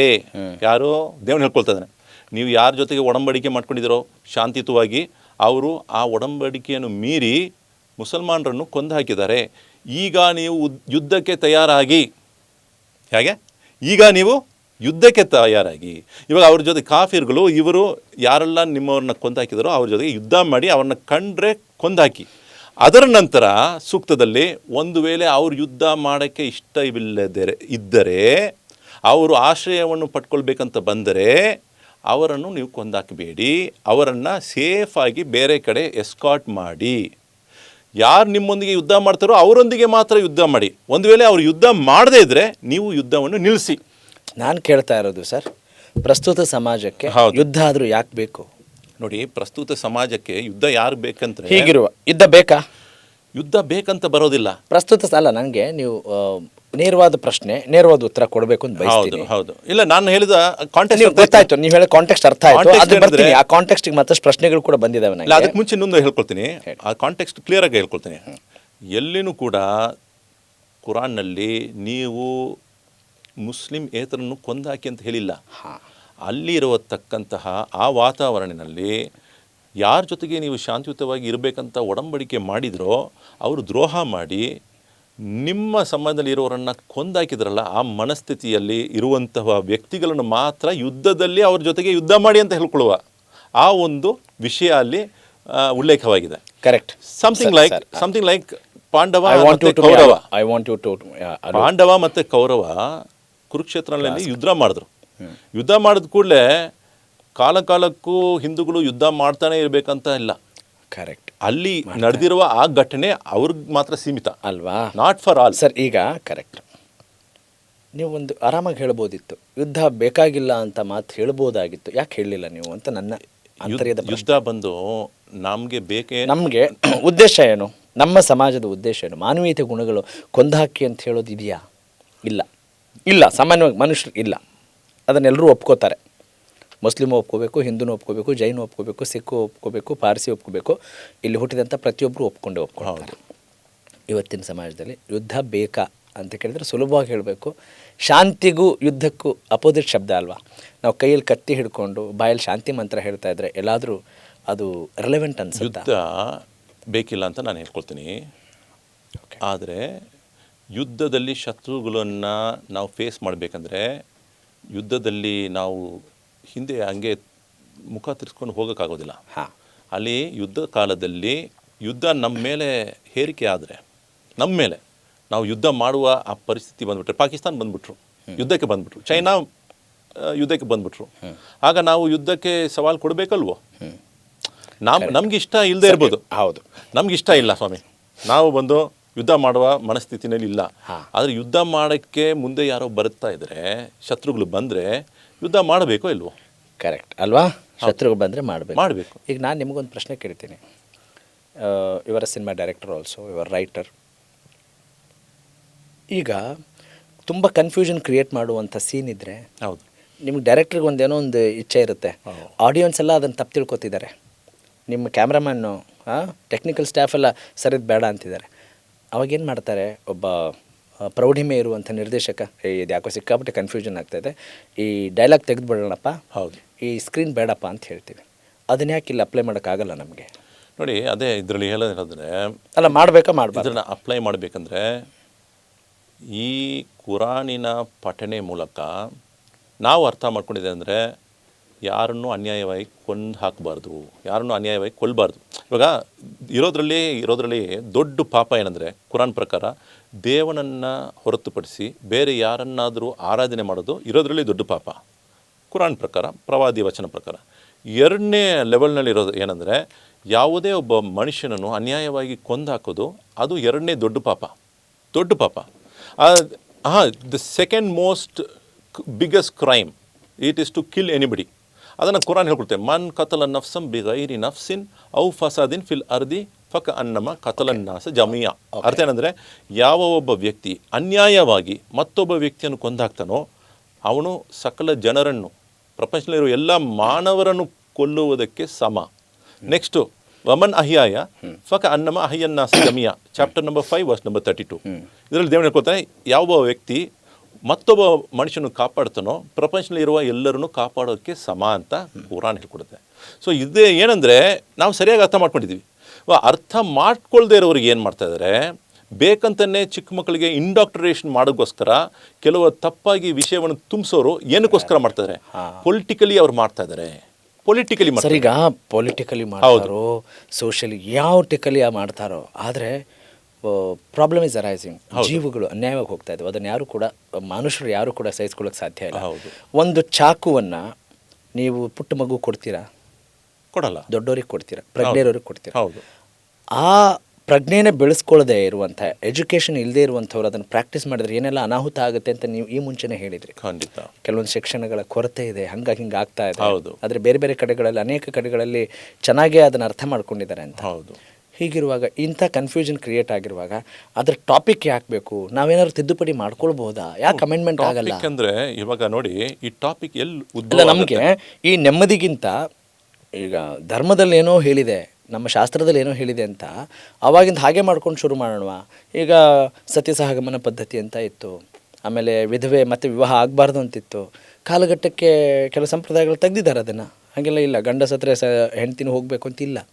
ಅರ್ಥ ಮಾಡ್ಕೊಂಡ್ರು, ಅದು ಮಾನವೀಯತೆ ಅಲ್ವಾ? ಅಲ್ಲ, ನನಗೇನು ಅರ್ಥ ಮಾಡ್ಕೊಂಡ್ರಿ ಈ ಪ್ರಶ್ನೆಯಿಂದ ನೀವು? ಇಲ್ಲ, ನೀವು ಹೇಳಿದ್ರು ಆ ಕಾಲದಲ್ಲಿ ಇದ್ದ ಸತಿ ಸಿಸ್ಟಮು ಇವತ್ತಿಗಿಲ್ಲ, ಎಲ್ಲ ಚೇಂಜ್ ಮಾಡ್ಕೊಂಡಿದ್ದೀವಿ. ಹೌದು. ಇವಾಗ ಏನಕ್ಕೆ ನಾವು ತಿರ್ಗಾ ಅಲ್ಲಿ ಯಾಕೆ ಹೋಗಬೇಕು ಅಂತ ನೀವು ಪ್ರಶ್ನೆ ಮಾಡ್ತೀರಿ. ನಾನು ನಿಮಗೆ ಬೇರೆ ಟ್ವಿಸ್ಟ್ ಕೊಡ್ತೀನಿ. ಏನಂದರೆ, ಇವತ್ತು 55 ಮುಸ್ಲಿಂ ಕಂಟ್ರೀಸ್ ಇದೆ. 55, ಅದರಲ್ಲಿ ಒಂದು 3 ಕಡಿಮೆ ಮಾಡಿದ್ರು ಕೂಡ 52 ಇದೆ ಅಂತ ಹೇಳ್ಬೋದು. ಹೌದು. ಸೊ ಈ 52 ಕಂಟ್ರೀಸ್ನಲ್ಲಿ ಅವರ ಕಾನ್ಸ್ಟಿಟ್ಯೂಷನ್ ಏನಂತ ನೋಡೋಕೆ ಹೋದರೆ, ಅವರ constitution, Saudi Arabia clearly declare ಮಾಡುವ ಕಾನ್ಸ್ಟಿಟ್ಯೂಷನ್ ಏನಂತ ಹೇಳಿದ್ರೆ ಕುರಾನ್ ಆ್ಯಂಡ್ ಹದೀಸ್ ಅಂತ ಹೇಳ್ಕೊಡ್ತಾರೆ. ಅಂದರೆ ನಾವು 299 ಮೆಂಬರ್ಸ್, ಹದೀಸ್ ಅಂದರೆ ವಚನಗಳು ಅಲ್ಲ? ವಚನವಾಗುತ್ತೆ. ಅಂದರೆ 299 members of the constituent assembly form ಮಾಡಿ, ಅದರಲ್ಲಿ 1950ನಲ್ಲಿ ರಚನೆ ಮಾಡಿರುವತಕ್ಕಂಥ ಕಾನ್ಸ್ಟಿಟ್ಯೂಷನ್ ಆಫ್ ಇಂಡಿಯಾ ನಮ್ಮಲ್ಲಿ ಇದೆ. ಎಷ್ಟು ಜನರು? 299. ಆವತ್ತಿಂದ ಇವತ್ತವರೆಗೂ ಎಷ್ಟೋ ಆ್ಯಕ್ಟ್ಸ್ ಪಾಸ್ ಮಾಡಿದ್ದೀವಿ, ಹಲವಾರು ಆ್ಯಕ್ಟ್ಸು. ಅದರ ನಂತರ ನಾವು ಎಷ್ಟೋ ಅಮೆಂಡ್ಮೆಂಟ್ಸ್ ಮಾಡಿದ್ದೀವಿ, ಇನ್ಕ್ಲೂಡಿಂಗ್ ಕಾನ್ಸ್ಟಿಟ್ಯೂಷನ್ ಆಫ್ ಇಂಡಿಯಾನಲ್ಲಿ ಸುಮಾರು ಒಂದು 300-400 ಬಾರಿ ಅಮೆಂಡ್ಮೆಂಟ್ಸ್ ಆಗಿದೆ, ತಿದ್ದುಪಡಿ ಆಗಿದೆ. ಸೊ ಎಲ್ಲ ಮಾಡಿದ್ರೆ, ನೀವು ಶರಿಯತ್ ಬಗ್ಗೆ ಹೇಳ್ತಾ ಇದ್ದೀನಿ. ನಾನು ಶರಿಯತ್ಗಿಂತ ಮುಂಚೆ ಒಂದು ಇಂಪಾರ್ಟೆಂಟ್ ಮ್ಯಾಟ್ರ್ ಹೇಳ್ಕೊಳ್ತಾ ಇದ್ದೀನಿ. ಇಷ್ಟು ರೆಡಿ ಮಾಡಿ ಒಂದು ಕಂಟ್ರಿಯನ್ನು ನಾವು ಸ್ಥಾಪಿಸಿದ್ದೀವಿ. ಒಂದು ಕಂಟ್ರಿ, ಪೊಲಿಟಿಕಲಿ ಒಂದು ಕಂಟ್ರಿ ಸ್ಥಾಪಿಸಿದ್ದೀವಿ ಫ್ರಮ್ 1947 ಟು ನೌ. ಇವಾಗ ಎಲ್ಲರೂ ಕೇಳ್ಕೊಳ್ಳೋದಂದರೆ, ನಮಗೆ ಒಂದು ಹಿಂದೂ ರಾಷ್ಟ್ರ ಬೇಕು ಅಂತ ಕೇಳ್ಕೊತಾರೆ ಎಲ್ಲರೂ. ಅಂದರೆ ಭಾರತೀಯ. ನಮಗೆ ಒಂದು ನೋಡಪ್ಪ, ನಿಮ್ಮಲ್ಲಿ 52 ಕಂಟ್ರೀಸ್ ಇದೆ, ಎಲ್ಲಿ ನಿಮ್ಮಲ್ಲಿ 52-55 ಕಂಟ್ರೀಸ್ ಇದೆ, ನೀವು ಎಷ್ಟೋ ಕಡೆ ನೀವು ಮುಸ್ಲಿಂ ರಾಷ್ಟ್ರ ಮಾಡ್ಕೊಂಡಿದ್ದೀರಿ, ನಾವು ಒಂದು ಹಿಂದೂ ರಾಷ್ಟ್ರ ಮಾಡಬೇಕಂತ ಇದ್ದೀವಿ ಅಂತ ನಾವು ಪ್ರಶ್ನೆ ಮಾಡೋದೇನೆಂದರೆ, ಓಕೆ ವೆರಿ ಗುಡ್, ಮಾಡಿ, ಏನು ವ್ಯತ್ಯಾಸ ಮಾಡಬೇಕು ಅದು ಮಾಡಿ ಅಂತ ನಾವು directly we are asking. Okay ಬಾ, ಹಿಂದೂ ರಾಷ್ಟ್ರ ತೊಗೊಂಡು ಬನ್ನಿ, ಏನು ಮಾಡೋಕ್ಕಿದ್ದೀರಿ ಅದನ್ನು ಕೂಡ ಹೇಳಬೇಕಾಗಿರುತ್ತಲ್ಲ. ಇವಾಗ ಹಂಗೆ ಪ್ರಶ್ನೆ ಮಾಡಿದ್ರೆ ಉತ್ತರ ಏನು ಗೊತ್ತಾ ಬರ್ತಿರೋದು, ನಾವು ಆಲ್ರೆಡಿ ಹಿಂದೂ ರಾಷ್ಟ್ರ ಅಂತ ಹೇಳ್ಕೊತಾರೆ. ಅಂದರೆ ಏನರ್ಥ, ಇವಾಗ ಆಲ್ರೆಡಿ ಇರೋದೇ ಹಿಂದೂ ರಾಷ್ಟ್ರನೇ. ಇವಾಗ ಕರೆಕ್ಟ್, ಇವಾಗ ಆಲ್ರೆಡಿ ಹಿಂದೂ ರಾಷ್ಟ್ರನೇ, ನಾವು ಹಿಂದೂ ರಾಷ್ಟ್ರ. ಓಕೆ, ಮತ್ತು ಹಿಂದೂ ರಾಷ್ಟ್ರ ನಾವು ಸ್ಥಾಪಿಸಬೇಕಂದ್ರೆ ಏನರ್ಥ ನಮ್ಗೆ ಬರುತ್ತೆ ಅಂದರೆ, ಒಂದು ವೇಳೆ ಮನುಸ್ಮೃತಿ ತೊಗೊಂಡು ಬರ್ತಾರೋ, ಯಜ್ಞವಾಲ್ಕ್ಯ ತೊಗೊಂಡು ಬರ್ತಾರೋ, ಇಲ್ಲ ಬೃಹಸ್ಪತಿಯನ್ನು ತೊಗೊಂಡು ಬರ್ತಾರೋ, ಇದೆಲ್ಲ ಬಂದು ಹಳೆಯ ಕಾನೂನುಗಳು, ಇವುಗಳನ್ನು ತೊಗೊಂಡು ಬರ್ತಾರೋ? ಇಲ್ಲ, ನಾವು ಅದೆಲ್ಲ ತೊಗೊಂಡು ಬರ್ತಿಲ್ಲ. ನಾವು ಇವತ್ತು ಇಂಡಿಯನ್ ಕಾನ್ಸ್ಟಿಟ್ಯೂಷನಲ್ಲಿದೆ, but at the same time ನಾವು ಹಿಂದೂ ರಾಷ್ಟ್ರವನ್ನು ಸ್ಥಾಪಿಸ್ತೀವಿ. ಹಿಂದೂ ರಾಷ್ಟ್ರ ಅಂದರೆ ಜಾಗ್ರಫಿಕಲಿ. ಬಟ್ ಇಲ್ಲಿ when Muslim state is saying it is a Islamic country ಅಂದರೆ ಕ್ಲಿಯರಾಗಿ ಡಿಕ್ಲೇರ್ ಮಾಡ್ತಾ ಇದ್ದಾರೆ, ಇಲ್ಲಿ ಕುರಾನಿನ ಕಾನ್ಸ್ಟಿಟ್ಯೂಷನ್, ಇಲ್ಲಿ ಹದೀಸಿನ ಕಾನ್ಸ್ಟಿಟ್ಯೂಷನ್, ಇದೇ ನಮ್ಮ ಸಂವಿಧಾನ ಅಂತ ಹೇಳ್ಕೊಳ್ತಾರೆ. ಇವಾಗ ಅದನ್ನು ಹೇಳಿದ ನಂತರ ನಾನು ನಿಮ್ಮ ಮುಂದೆ ಹೇಳ್ಕೊಳ್ಳೋದೆ ಅಂದರೆ, ಅದರಲ್ಲಿ ಕೆಲವು ಅಡಿಷನ್ಸ್ ಮಾಡ್ಕೊಂಡಿದ್ದಾರೆ. ಇವತ್ತಿನ ಕಾಲಕ್ಕೆ ತಕ್ಕಂತೆ ಫಿಕ್ ಅಂತ ಹೇಳ್ಕೊಂಡು ಜೂರಿಸ್ಪ್ರುಡೆನ್ಸ್ನಲ್ಲಿ ಅಡಿಷನ್ ಮಾಡಿಕೊಂಡು ಮಲೇಷ್ಯಾ ಮತ್ತು ಇಂಡೋನೇಷ್ಯಾ, ಇರಾನು ಮತ್ತು ಸೌದಿ ಅರೇಬಿಯಾ, ಕತಾರ್ ಮತ್ತು ದುಬೈ, ಇದೆಲ್ಲ ಇಸ್ಲಾಮಿಕ್ ಕಂಟ್ರೀಸ್ ಆಗಿರುವ ಜಾಗದಲ್ಲಿ ಇಂಡಿಯನ್ಸು ಜಾಸ್ತಿ ಜನರು ಅಲ್ಲಿ ವಲಸೆಗೆ ಹೋಗಿ ದುಡಿಮೆಗೆ ಹೋಗಿ ವ್ಯಾಪಾರ ಮಾಡಿ ಅಲ್ಲಿಂದ ಸಂಪಾದನೆ ಮಾಡಿ ಇಲ್ಲಿ ಬಂದು ಜೀವನ ಮಾಡೋದಿದ್ದಾರೆ, ಇಲ್ಲಿ ಜೀವನ ಮಾಡೋರಿದ್ದಾರೆ. ಇದ್ರಲ್ಲಿ ನಾನು ಏನು ಹೇಳಕ್ಕೆ ಬರ್ತೀನಿ ಅಂದರೆ, how is that an Islamic state with the Islamic constitution, with the Quran and Hadith, is able to facilitate the people of other countries, other nations to live there, make income and come back? ಅರ್ಥ ಆಗ್ತಿದೆ sir, ಗೊತ್ತಾಯ್ತು. ಏನಂದರೆ ಇಲ್ಲಿ ನಮ್ಮ ಮುಂದೆ 52 Muslim countries ಇದೆ. ಹೌದು. ಅಲ್ಲಿ ಬಂದು ಸ್ಟೇಟ್ ರಿಲಿಜನೇ ಬಂದು ಇಸ್ಲಾಂ ಆಗಿದೆ. ಇನ್ನೂ ಹಲವಾರು ಜಾಗದಲ್ಲಿ ಕುರಾನ್ ಇಸ್ ಅವರ್ ಕಾನ್ಸ್ಟಿಟ್ಯೂಷನ್ ಅಂತ ಡಿಕ್ಲೇರೇ ಮಾಡಲಾಗಿದೆ. ಕರೆಕ್ಟ್. ಅಂದರೆ ಅಲ್ಲಿ ಇಷ್ಟು ಜನರು ಶಾಂತವಾಗಿ ಇರುವಾಗ ಎಲ್ಲಿ ಗೊಂದಲ ಇದೆ ಅಂತ ನೋಡಕ್ಕೆ ಹೋದರೆ ಖಂಡಿತವಾಗಿಯೂ ಕೆಲವು ಜಾಗದಲ್ಲಿ ಗೊಂದಲ ಇದೆ. ಯಾವುದು ಕೆಲವು ಜಾಗ ಅಂದರೆ? ನೈಜೀರಿಯಾನಲ್ಲಿ ಬೋಕೋ ಹರಾಮ್ ಇದೆ, ಮತ್ತು ಇಲ್ಲಿ ಯೆಮೆನ್ನಲ್ಲಿ ಅಲವೈಟ್ಸ್ ಇದ್ದಾರೆ, ಭಾರತದಲ್ಲಿ ಇಲ್ಲ, ಹೂತೀಸ್ ಇದ್ದಾರೆ. ಮತ್ತು ಭಾರತದ ಪಕ್ಕ ಪಾಕಿಸ್ತಾನ ಪಕ್ಕ ಬಂದು ಇರೋದು ಜೈಷೆ ಮೊಹಮ್ಮದ್ ಪ್ರಾಬ್ಲಮ್ ಆಗಿದೆ. ಜೈಷೆ ಮೊಹಮ್ಮದ್ ನಮಗೆ ಪ್ರಾಬ್ಲಮ್ ಆಗಿದೆ. ಮತ್ತು ಬೇರೆ ಯಾರು ಪ್ರಾಬ್ಲಮ್ ಇದೆ? ಲಷ್ಕರ್ ಎ ತೊಯ್ಬಾ ನಮಗೆ ಪ್ರಾಬ್ಲಮ್ ಆಗಿದೆ, ಇಂಡಿಯನ್ ಮುಜಾಹಿದೀನ್ ನಮಗೆ ಪ್ರಾಬ್ಲಮ್ ಆಗಿದೆ. ಇವೆಲ್ಲ ಪ್ರಾಬ್ಲಮ್ಸು. ಸರ್, ನಾನು ಕೇಳೋದು ಇಷ್ಟೇ. ಈಗ ಉಮರ್ ಶರೀಫ್ ಅವ್ರು ಓದೋ ಕುರಾನಿಗೂ ಈ ಬೇರೆಯವ್ರು ನೀವು ಹೇಳಿದಂಥ ದೇಶಗಳಲ್ಲಿ ಓದ್ತಾ ಇರುವಂಥ ಕುರಾನಿಗೂ ಏನಾದರೂ ವ್ಯತ್ಯಾಸ ಇದೆಯಾ? ನೋಡಿ, ಅಲ್ಲ, ವ್ಯತ್ಯಾಸ ಇದೆಯಾ? ಸೇಮ್ ಕುರಾನ ನೋಡಿ, ಕುರಾನ್ ಅಂತೂ ಸೇಮೇ ಇರೋದು. ಅವ್ರ ಉದ್ದೇಶ ಬಂದು ಧರ್ಮದ ಬಗ್ಗೆ ಇಲ್ಲ, ಉದ್ದೇಶ ಬಂದು ಪೊಲಿಟಿಕಲ್ ಆಸ್ಪೆಕ್ಟ್ನಲ್ಲಿದೆ. ಸರ್, ಈಗ ಭಯೋತ್ಪಾದನೆ ಆಧಾರ ಹೆಂಗೆ ಭಯೋತ್ಪಾದನೆ ಯಾಕೆ ಬರ್ತಾ ಇದೆ? ಧರ್ಮದ ಆಧಾರವಾಗಿ ಇಟ್ಕೊಂಡೆ ಅವರು ಎಲ್ಲ ಸಾಯಿಸ್ತಾ ಇಲ್ಲ. ಫಾರ್ ಎಕ್ಸಾಂಪಲ್ ಸಿಂಪಲ್ ಆಗಿ ನೋಡಿ, ಇವಾಗ ಸಿಂಪಲ್ ಆಗಿ ತೋರಿಸ್ಕೊಳ್ತೀನಿ. ಸಿಂಪಲ್ ಆಗಿ ಈಗ ಒಂದು 15 days ಮುಂಚೆ ಪಾಕಿಸ್ತಾನ್ಗೂ ಅಫ್ಘಾನಿಸ್ತಾನಕ್ಕೂ ವಾರ್ ನಡೀತು, ಗೊತ್ತಲ್ಲ? ಫೈಟಿಂಗ್ ನಡೀತು, ಶೂಟಿಂಗ್ ನಡೀತು. ಕರೆಕ್ಟ್. ಏನಕ್ಕೋಸ್ಕರ ನಡೀತು? ಧರ್ಮದ ಆಧಾರ ಅಂದರೆ ಅಲ್ಲ, ಇಲ್ಲಿ ನಡೀತಾ ಇರೋದು ಭಾರತದಲ್ಲಿ. ನಾನು ಭಾರತಕ್ಕೆ ಮುಂಚೆ ಇಲ್ಲೇ ಬಂದ್ಬಿಡ್ತೀನಿ. ಅಲ್ಲ, ನಾವು ಫಸ್ಟ್ ಇಲ್ಲ ಸ್ವಾಮಿ, ನಾನು ಏನು ಹೇಳ್ಕೊಳ್ತಿದ್ರೆ ಇಲ್ಲಿ ಇಬ್ರು ಮುಸ್ಲಿಂ ತಾನೆ. ಅಲ್ಲ, ಯಾಕೆಂದ್ರೆ ಇಲ್ಲ, ನಾನು ಏನಂದ್ರೆ ಧರ್ಮದ ಆಧಾರ ಅಂತ ಹೇಳ್ಕೊಂಡು ಇಲ್ಲಿ ತಪ್ಪು ಮಾಡ್ತಿದೀವಿ, ನಾವೆಲ್ಲರೂ ತಪ್ಪು ಮಾಡ್ತಿದ್ವಿ. ಅಲ್ಲ, ಅದ್ರಲ್ಲಿ ನಿಮ್ಮ ಪಂಗಡಗಳು ಬೇರೆ ಇದೆಯಲ್ಲ, ಪಂಗಡ ಬಗ್ಗೆ ಕೂಡ ಟೆನ್ಷನ್ ಇಲ್ಲ, ಅದು ಕೂಡ ಇಲ್ಲ. ಇಲ್ಲಿ ಅಫ್ಘಾನಿಸ್ತಾನ್ ಮತ್ತೆ ಪಾಕಿಸ್ತಾನ ಫ್ರೆಂಡ್ಸ್ ಆಗಿದ್ದವರು ಇವಾಗ ಜಗಳ ಮಾಡೋಕ್ಕೆ ಕಾರಣ ಏನಂದ್ರೆ, ಅಲ್ಲಿ ಬೇರೆ ಒಂದು ತಾಲಿಬಾನ್ ಒಂದು ಸೃಷ್ಟಿಯಾಗಿದೆ ಪಾಕಿಸ್ತಾನಲ್ಲಿ. ಪಾಕಿಸ್ತಾನ್ ತಾಲಿಬಾನ್ ಏನು ಮಾಡ್ತಾ ಇದ್ದಾರೆ, ಅವರು ಮಾಡೋದೆಲ್ಲ ಅಫ್ಘಾನಿಸ್ತಾನ್ಗೆ ಫೇವರಬಲ್ ಆಗಿದೆ ಅಂತ ಪಾಕಿಸ್ತಾನ ಅವರನ್ನು ಧ್ವಂಸ ಮಾಡ್ತಿದ್ದಾರೆ. ಇಷ್ಟೇ ಮ್ಯಾಟ್ರ್ ಇರೋದು. Again political aspect. ಇವಾಗ ಬಾಬರ್ ಇರೋ ಕಾಲದಲ್ಲಿ ಆದಿಲ್ ಶಾ ಇದ್ದ, ಇಬ್ರು ಮುಸಲ್ಮಾನ್ರೆ ಯುದ್ಧ ಮಾಡ್ಕೊಂಡಿದ್ರು. ನಿಜಾಮ್ ಇರೋ ಕಾಲದಲ್ಲಿ ಟಿಪ್ಪು ಸುಲ್ತಾನ್ ಇದ್ದ. ನವಾಬ್ ಇದ್ದ ಕಾಲದಲ್ಲಿ ಟಿಪ್ಪು ಸುಲ್ತಾನ್ ಇದ್ದ. ನಾನು ಹೇಳ್ಕೊಳ್ಳೋದೇನಂದ್ರೆ, ಹೇಗೆ ಇವೆಲ್ಲವೂ ಪೊಲಿಟಿಕಲ್ ರೀಸನ್ಸು, ಪೊಲಿಟಿಕಲ್ ರೀಸನ್ಸ್ನಲ್ಲಿ ಇವರು ಇವೆಲ್ಲವನ್ನು ಮಾಡ್ತಿದ್ರೆ ಇದಕ್ಕೂ ಧರ್ಮಕ್ಕೂ ನಾವು ಅಟ್ಯಾಚ್ಮೆಂಟ್ ಮಾಡಬಾರ್ದು, ಬೇಡ ಅಂತ ಹೇಳ್ತೀವಿ. Okay sir, I do agri. ಈಗ ನಾನು ಕೇಳೋದಿಷ್ಟೇ, ನಮ್ಮ ಭಾರತೀಯ ಮುಸ್ಲಿಮರ್ಸು, ನಮ್ಮ ಭಾರತೀಯ ಮುಸಲ್ಮಾನರು ಪ್ಯಾಲೆಸ್ತೀನ್ನಲ್ಲಿ ಆಗುವಂಥ ಅನ್ಯಾಯಕ್ಕೆ ಇಲ್ಲಿ ಎದ್ದು ನಿಲ್ತಾರೆ. ಕರೆಕ್ಟು. ಓಕೆ. ಅದೇ ನಮ್ಮ ಭಾರತದ ಯೋಧರು ಹುತಾತ್ಮರಾದರೆ, ಆಯಿತಾ, ನಮ್ಮ ಭಾರತೀಯರು ಹುತಾತ್ಮರಾದರೆ ಆ ರೀತಿಯಾದಂಥ ಸಾಂತ್ವನ ಹೇಳುವಂಥದ್ದು ಅಥವಾ ಅದಕ್ಕೆ ಬೆಂಬಲವಾಗಿ ನಿಲ್ಲಬೇಕು ಅನ್ನೋದು ನಾವು ನೋಡಲಿಲ್ಲ. ಅದಕ್ಕೇನಂತೀರಿ ನೀವು? ಇದು ಒಂದು ರೀತಿ ಒಳ್ಳೆ ಪ್ರಶ್ನೆ. ಇದು ಬೇಕಾಗಿರುವ ಪ್ರಶ್ನೆ. ಇದರ ಬಗ್ಗೆ ನಾವು ಚರ್ಚೆನೂ ಮಾಡಬೇಕು, ಇದರ ಬಗ್ಗೆ ನಾವು ಪ್ರಯತ್ನ ಕೂಡ ಮಾಡಬೇಕು. ಇಂತಹ ಒಂದು ಫೀಲಿಂಗ್ ಯಾಕೆ ಮುಸಲ್ಮಾನರ ಸಮಾಜದಲ್ಲಿ ಅಲ್ಲಿ ಅಂದರೆ ಅವರ ಸರ್ಕಲ್ನಲ್ಲಿ ಯಾಕೆ ಇಂಥದ್ದು ಬರ್ತಿಲ್ಲ ಅಂತ ನಾವು ಪ್ರಶ್ನೆನೂ ಮಾಡಬೇಕಾಗಿದೆ. ಯಾಕಂದರೆ ಆ ಫೀಲಿಂಗ್ಸ್ ಬರಬೇಕಿತ್ತು. What you mean by that? ಯಾಕಂದರೆ ನೋಡಿ, ಅಲ್ಲಿ ಪ್ಯಾಲೆಸ್ಟೈನ್ನಲ್ಲಿ ಸಾಯುವಾಗ ಅವ್ರಿಗೋಸ್ಕರ ಇವರು ಘೋಷಣೆ ಮಾಡ್ತಿದ್ದಾರೆ, ಅಲ್ಲಿ ಅದನ್ನು ನಿಲ್ಲಿಸಿ ಅಂತ, ಅನ್ಯಾಯವನ್ನು ನಿಲ್ಲಿಸಿ ಅಂತ. ಅಲ್ಲಿ ಮಾನವೀಯತೆಯೂ ಕಾಣಿಸ್ಕೊಳ್ತಿದೆ, ಇಸ್ಲಾಮಿಕ್ ಬ್ರದರ್ಹುಡ್ ಕೂಡ ಕಾಣಿಸ್ಕೊಳ್ತಾ ಇದೆ. ಇಲ್ಲಿ ಆರ್ಮಿನಲ್ಲಿ ಯಾರು ಸಾಯುವಾಗ ನಾವು ಅದೇ ರೀತಿ ಬಂದು ಘೋಷಣೆ ಮಾಡಬೇಕಾಗಿದ್ದಿಲ್ಲ, ನಾವು ಕಂಡೋಲೆನ್ಸಸ್ ತೋರಿಸ್ಬೇಕು. ಹೌದು, ಸಾಂತ್ವನ ಹೇಳಬೇಕಾಗಿದೆ. ಕಂಡೋಲೆನ್ಸಸ್ ಅಂದರೆ ಇವಾಗ ಏನಂದ್ರೆ, ಆ ಭಕ್ತಿ ಹೌದು ಇಲ್ಲಿ ಯಾಕೆ ಕಾಣಿಸ್ತಿಲ್ಲ? ನಮ್ಮ ಕಾಣಿಸ್ತಾ ಇಲ್ಲ, ಅದು ಕಾಣಿಸ್ಬೇಕಿತ್ತು. ಅದೇ ನೀವು ಏನು ರೀಸನ್ ಯಾಕೆ ಹಂಗಾಗಿದೆ ಅಂತ ಕಾಣಿಸ್ಬೇಕಿತ್ತು ಅಂತ ಹೇಳುವಾಗ ನಾನು ಏನು ಹೇಳ್ಕೊಳ್ತೇನೆ ಅಂದರೆ, ಇಲ್ಲಿ ನಾರ್ತ್ ಇಂಡಿಯಾನಲ್ಲಿ ಕೆಲವು ಜಾಗದಲ್ಲಿದೆ, ಅವರ ವಿಲೇಜ್ನಲ್ಲಿ ರೂಢೀಕರಣವಾಗಿ ಅಂದರೆ ಬಹಳಷ್ಟು ವರ್ಷಗಳಿಂದ, ಅಂದರೆ ಫ್ರಮ್ ಡೆಕೇಡ್ಸ್ ಟುಗೆದರ್ ಅವರು ತಮ್ಮ ಮಕ್ಕಳನ್ನು ಆರ್ಮಿಗೆ ಸೇರಿಸ್ತಿದ್ದಾರೆ. ಅಲ್ಲಿರುವ ಎಲ್ಲ ವಿಲೇಜರ್ಸ್ ಎಲ್ಲ ಮುಸ್ಲಿಮ್ಸು. ಅವರ ಮೇನ್ ಗುರಿನೇ ಏನು ಗೊತ್ತಾ, ನಾವು ಆರ್ಮಿನಲ್ಲಿ ಹೋಗಿ ಸೇವೆ ಮಾಡಬೇಕಂತ ಅದು ಒಂದು ಜಾಗದಲ್ಲಿ ಹಂಗಿದೆ. ಅಲ್ಲಿರತಕ್ಕಂಥ ಆ ಒಂದು ದೇಶ ಮೇಲೆ ಆ ಒಂದು ಪ್ರೀತಿ ಇರುವ, ವಿಶ್ವಾಸ ಇರುವ ಆ ಒಂದು ಪದ್ಧತಿ ಅಲ್ಲಿಗೆ ಮಾತ್ರ ಸೀಮಿತ ಆಗಿದೆ. ಅದು ಏನಾಗ್ಬಿಟ್ಟಿದೆ, ಇಲ್ಲಿ ನಮ್ಮಲ್ಲಿ ಏನಾಗ್ತಿದೆ, ಇದರ ಬಗ್ಗೆ ಜಾಸ್ತಿ ವಿಚಾರ ಬಗ್ಗೆ ಅವ್ರಿಗೆ ಮೂಡಿಸಿಲ್ವೋ ಏನೋ ಗೊತ್ತಾಗ್ತಿಲ್ಲ. ನೀವು ದೇಶಪ್ರಿಯ ಆಗಿರಬೇಕು, ದೇಶದ ಬಗ್ಗೆ ಜಾಸ್ತಿ ಕಾಳಜಿ ತಗೊಳ್ಬೇಕು, ದೇಶ ನಮ್ದಂತ ನೀವು ಭಾವಿಸಬೇಕು, ದೇಶಕ್ಕೋಸ್ಕರ ನೀವು ಏನಾದರೂ ಮಾಡಬೇಕು ಅಂತ ಒಂದು ಫೀಲಿಂಗ್ ಬಂದು ತುಂಬಿಸಬೇಕಾಗಿರುತ್ತೆ. ಅಂದ್ರೆ ಯಾರು ಮಾಡಬೇಕಾಗಿದೆ ಅದನ್ನ ಮಾಡಬೇಕು, ನಾವೆಲ್ಲರೂ ಮಾಡಬೇಕಾಗಿದೆ. ಎಲ್ಲರೂ ಅಂದ್ರೆ ಮುಸಲ್ಮಾನರು ಸೇರಿ ಎಲ್ಲರೂ ಮಾಡಬೇಕು.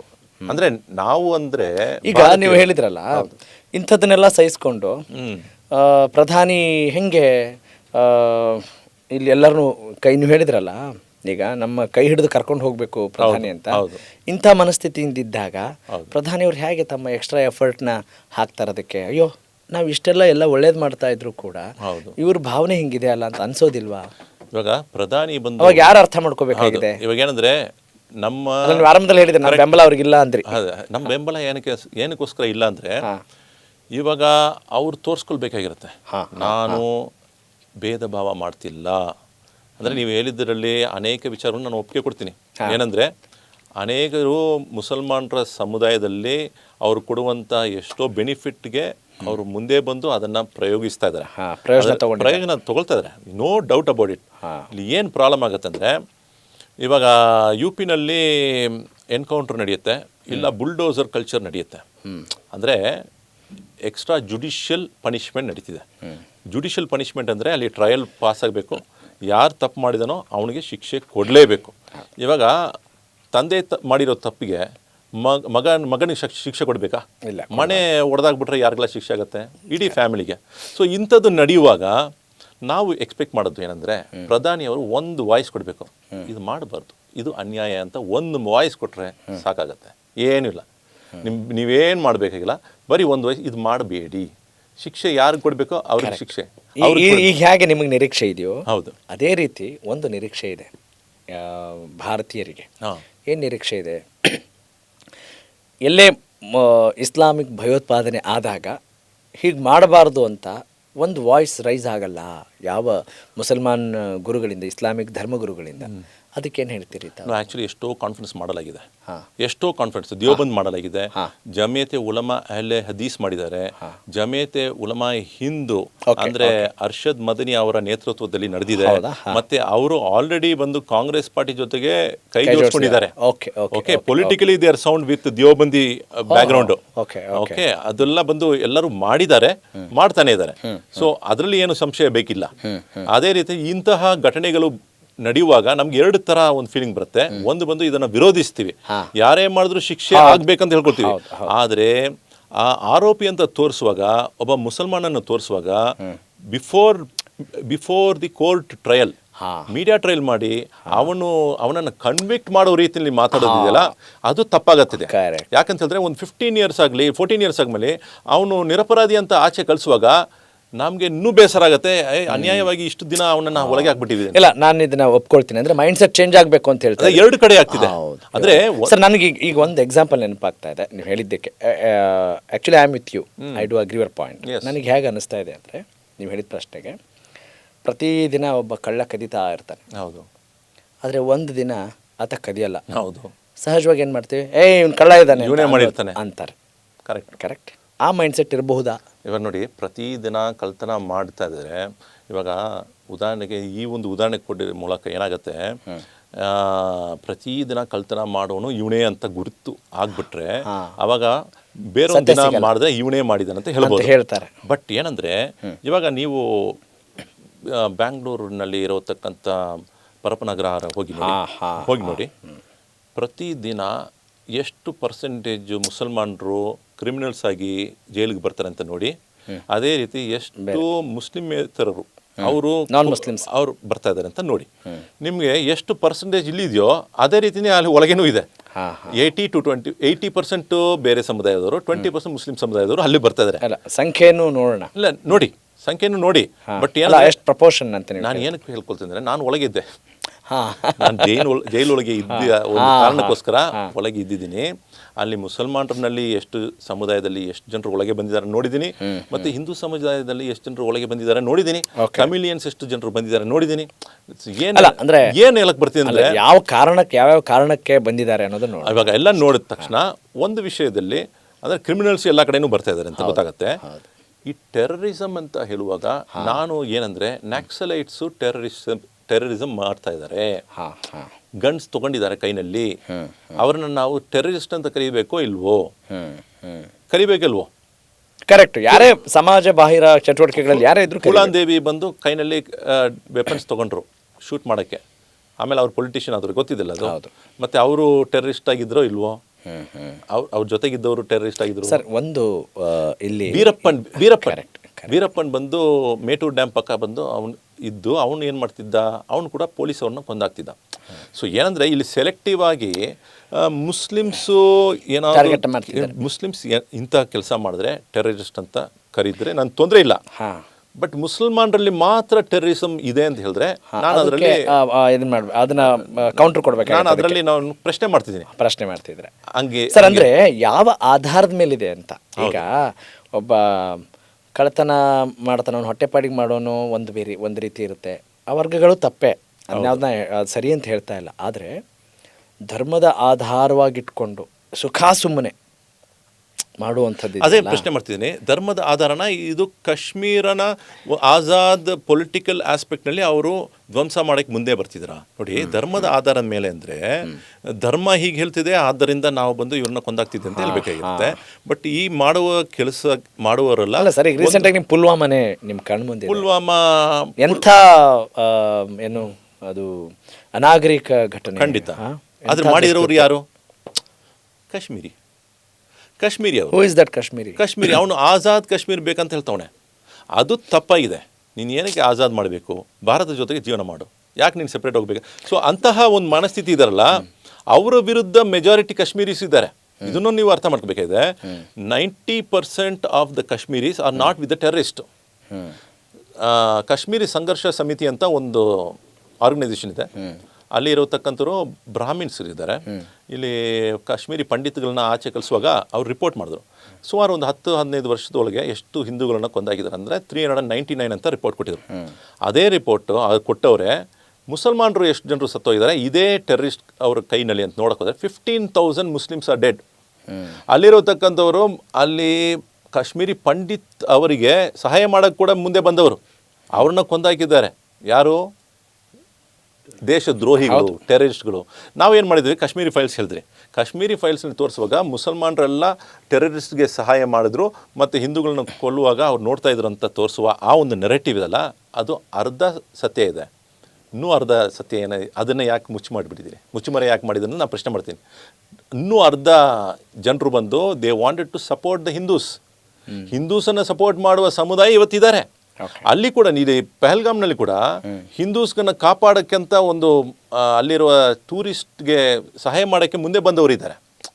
ಅಲ್ಲಿ ಅವರು ಕಾಶ್ಮೀರಿಗಳೇ. ನಾನು ಅವ್ರನ್ನ ಮುಸ್ಲಿಂ ಅಂತ ನೋಡ್ತಿಲ್ಲ. Kashmiris are to be seen as a political entity. ಅವರನ್ನು ನಾವು ಭಾರತ ಒಳಗೆ ನೀವು ಭಾರತೀಯರಂತ ಅವ್ರಿಗೆ ವಿಶ್ವಾಸ ತುಂಬಿಸ್ಬೇಕಾಗಿರೋ ಕೆಲಸ ನಮಗೆ. ಮತ್ತು ಅವ್ರು ಒಪ್ಪಿಗೆ ಕೊಟ್ಟಿಲ್ಲ ಅಂದರೆ ಅವರನ್ನ ಯುದ್ಧದಲ್ಲಿ ನೋಡ್ಬೇಕಾಗಿರೋದು ನಮ್ಮ ಡ್ಯೂಟಿ ಇದೆ. ಆದ್ರೆ ನೀವು ಹೇಳ್ತಾ ಇರೋ ಸರಿ, ಅವ್ರ ಜೊತೆಗೆ ಸಂವಾದ ಇಲ್ಲ. ಒಂದು ಮಾತುಕತೆಯಲ್ಲಿ ನಮಗೆ ಬೆನಿಫಿಟ್ ಸಿಕ್ಕಿದ್ರೆ okay, we are going ahead. ಇಳ್ದಿದ್ರೆ ನೀನು ನಮಗೆ ಧ್ವಂಸ ಮಾಡೋ ರೀತಿಯಲ್ಲಿ ಏನೋ ಕೆಲಸ ಮಾಡಬೇಕಾದ್ರೆ ನಾವು ಯುದ್ಧಕ್ಕೆ ತಯಾರಿದ್ದೀವಿ. ಯಾರು? ನಾವು ಅಂದರೆ ಭಾರತೀಯರು. ಯಾರೆಲ್ಲ ಭಾರತೀಯರು ಅಂತ ಅನ್ಕೊಳ್ತೀರೋ ನಾವೆಲ್ಲರೂ ಸೇರ್ಕೊಳ್ತೀವಿ. ಓಕೆ ಸರ್, ಅಂದರೆ ನೀವು ಭಾರತದ ಸಂವಿಧಾನವನ್ನು ಚೆನ್ನಾಗಿ ಗೌರವಿಸ್ತೀರಿ, ಏನೋ ಅನುಮಾನ ಇದೆಯಾ ಇದರಲ್ಲಿ? ಇಲ್ಲ, ಶೋರ್ ಅಲ್ಲ? ಹೌದು.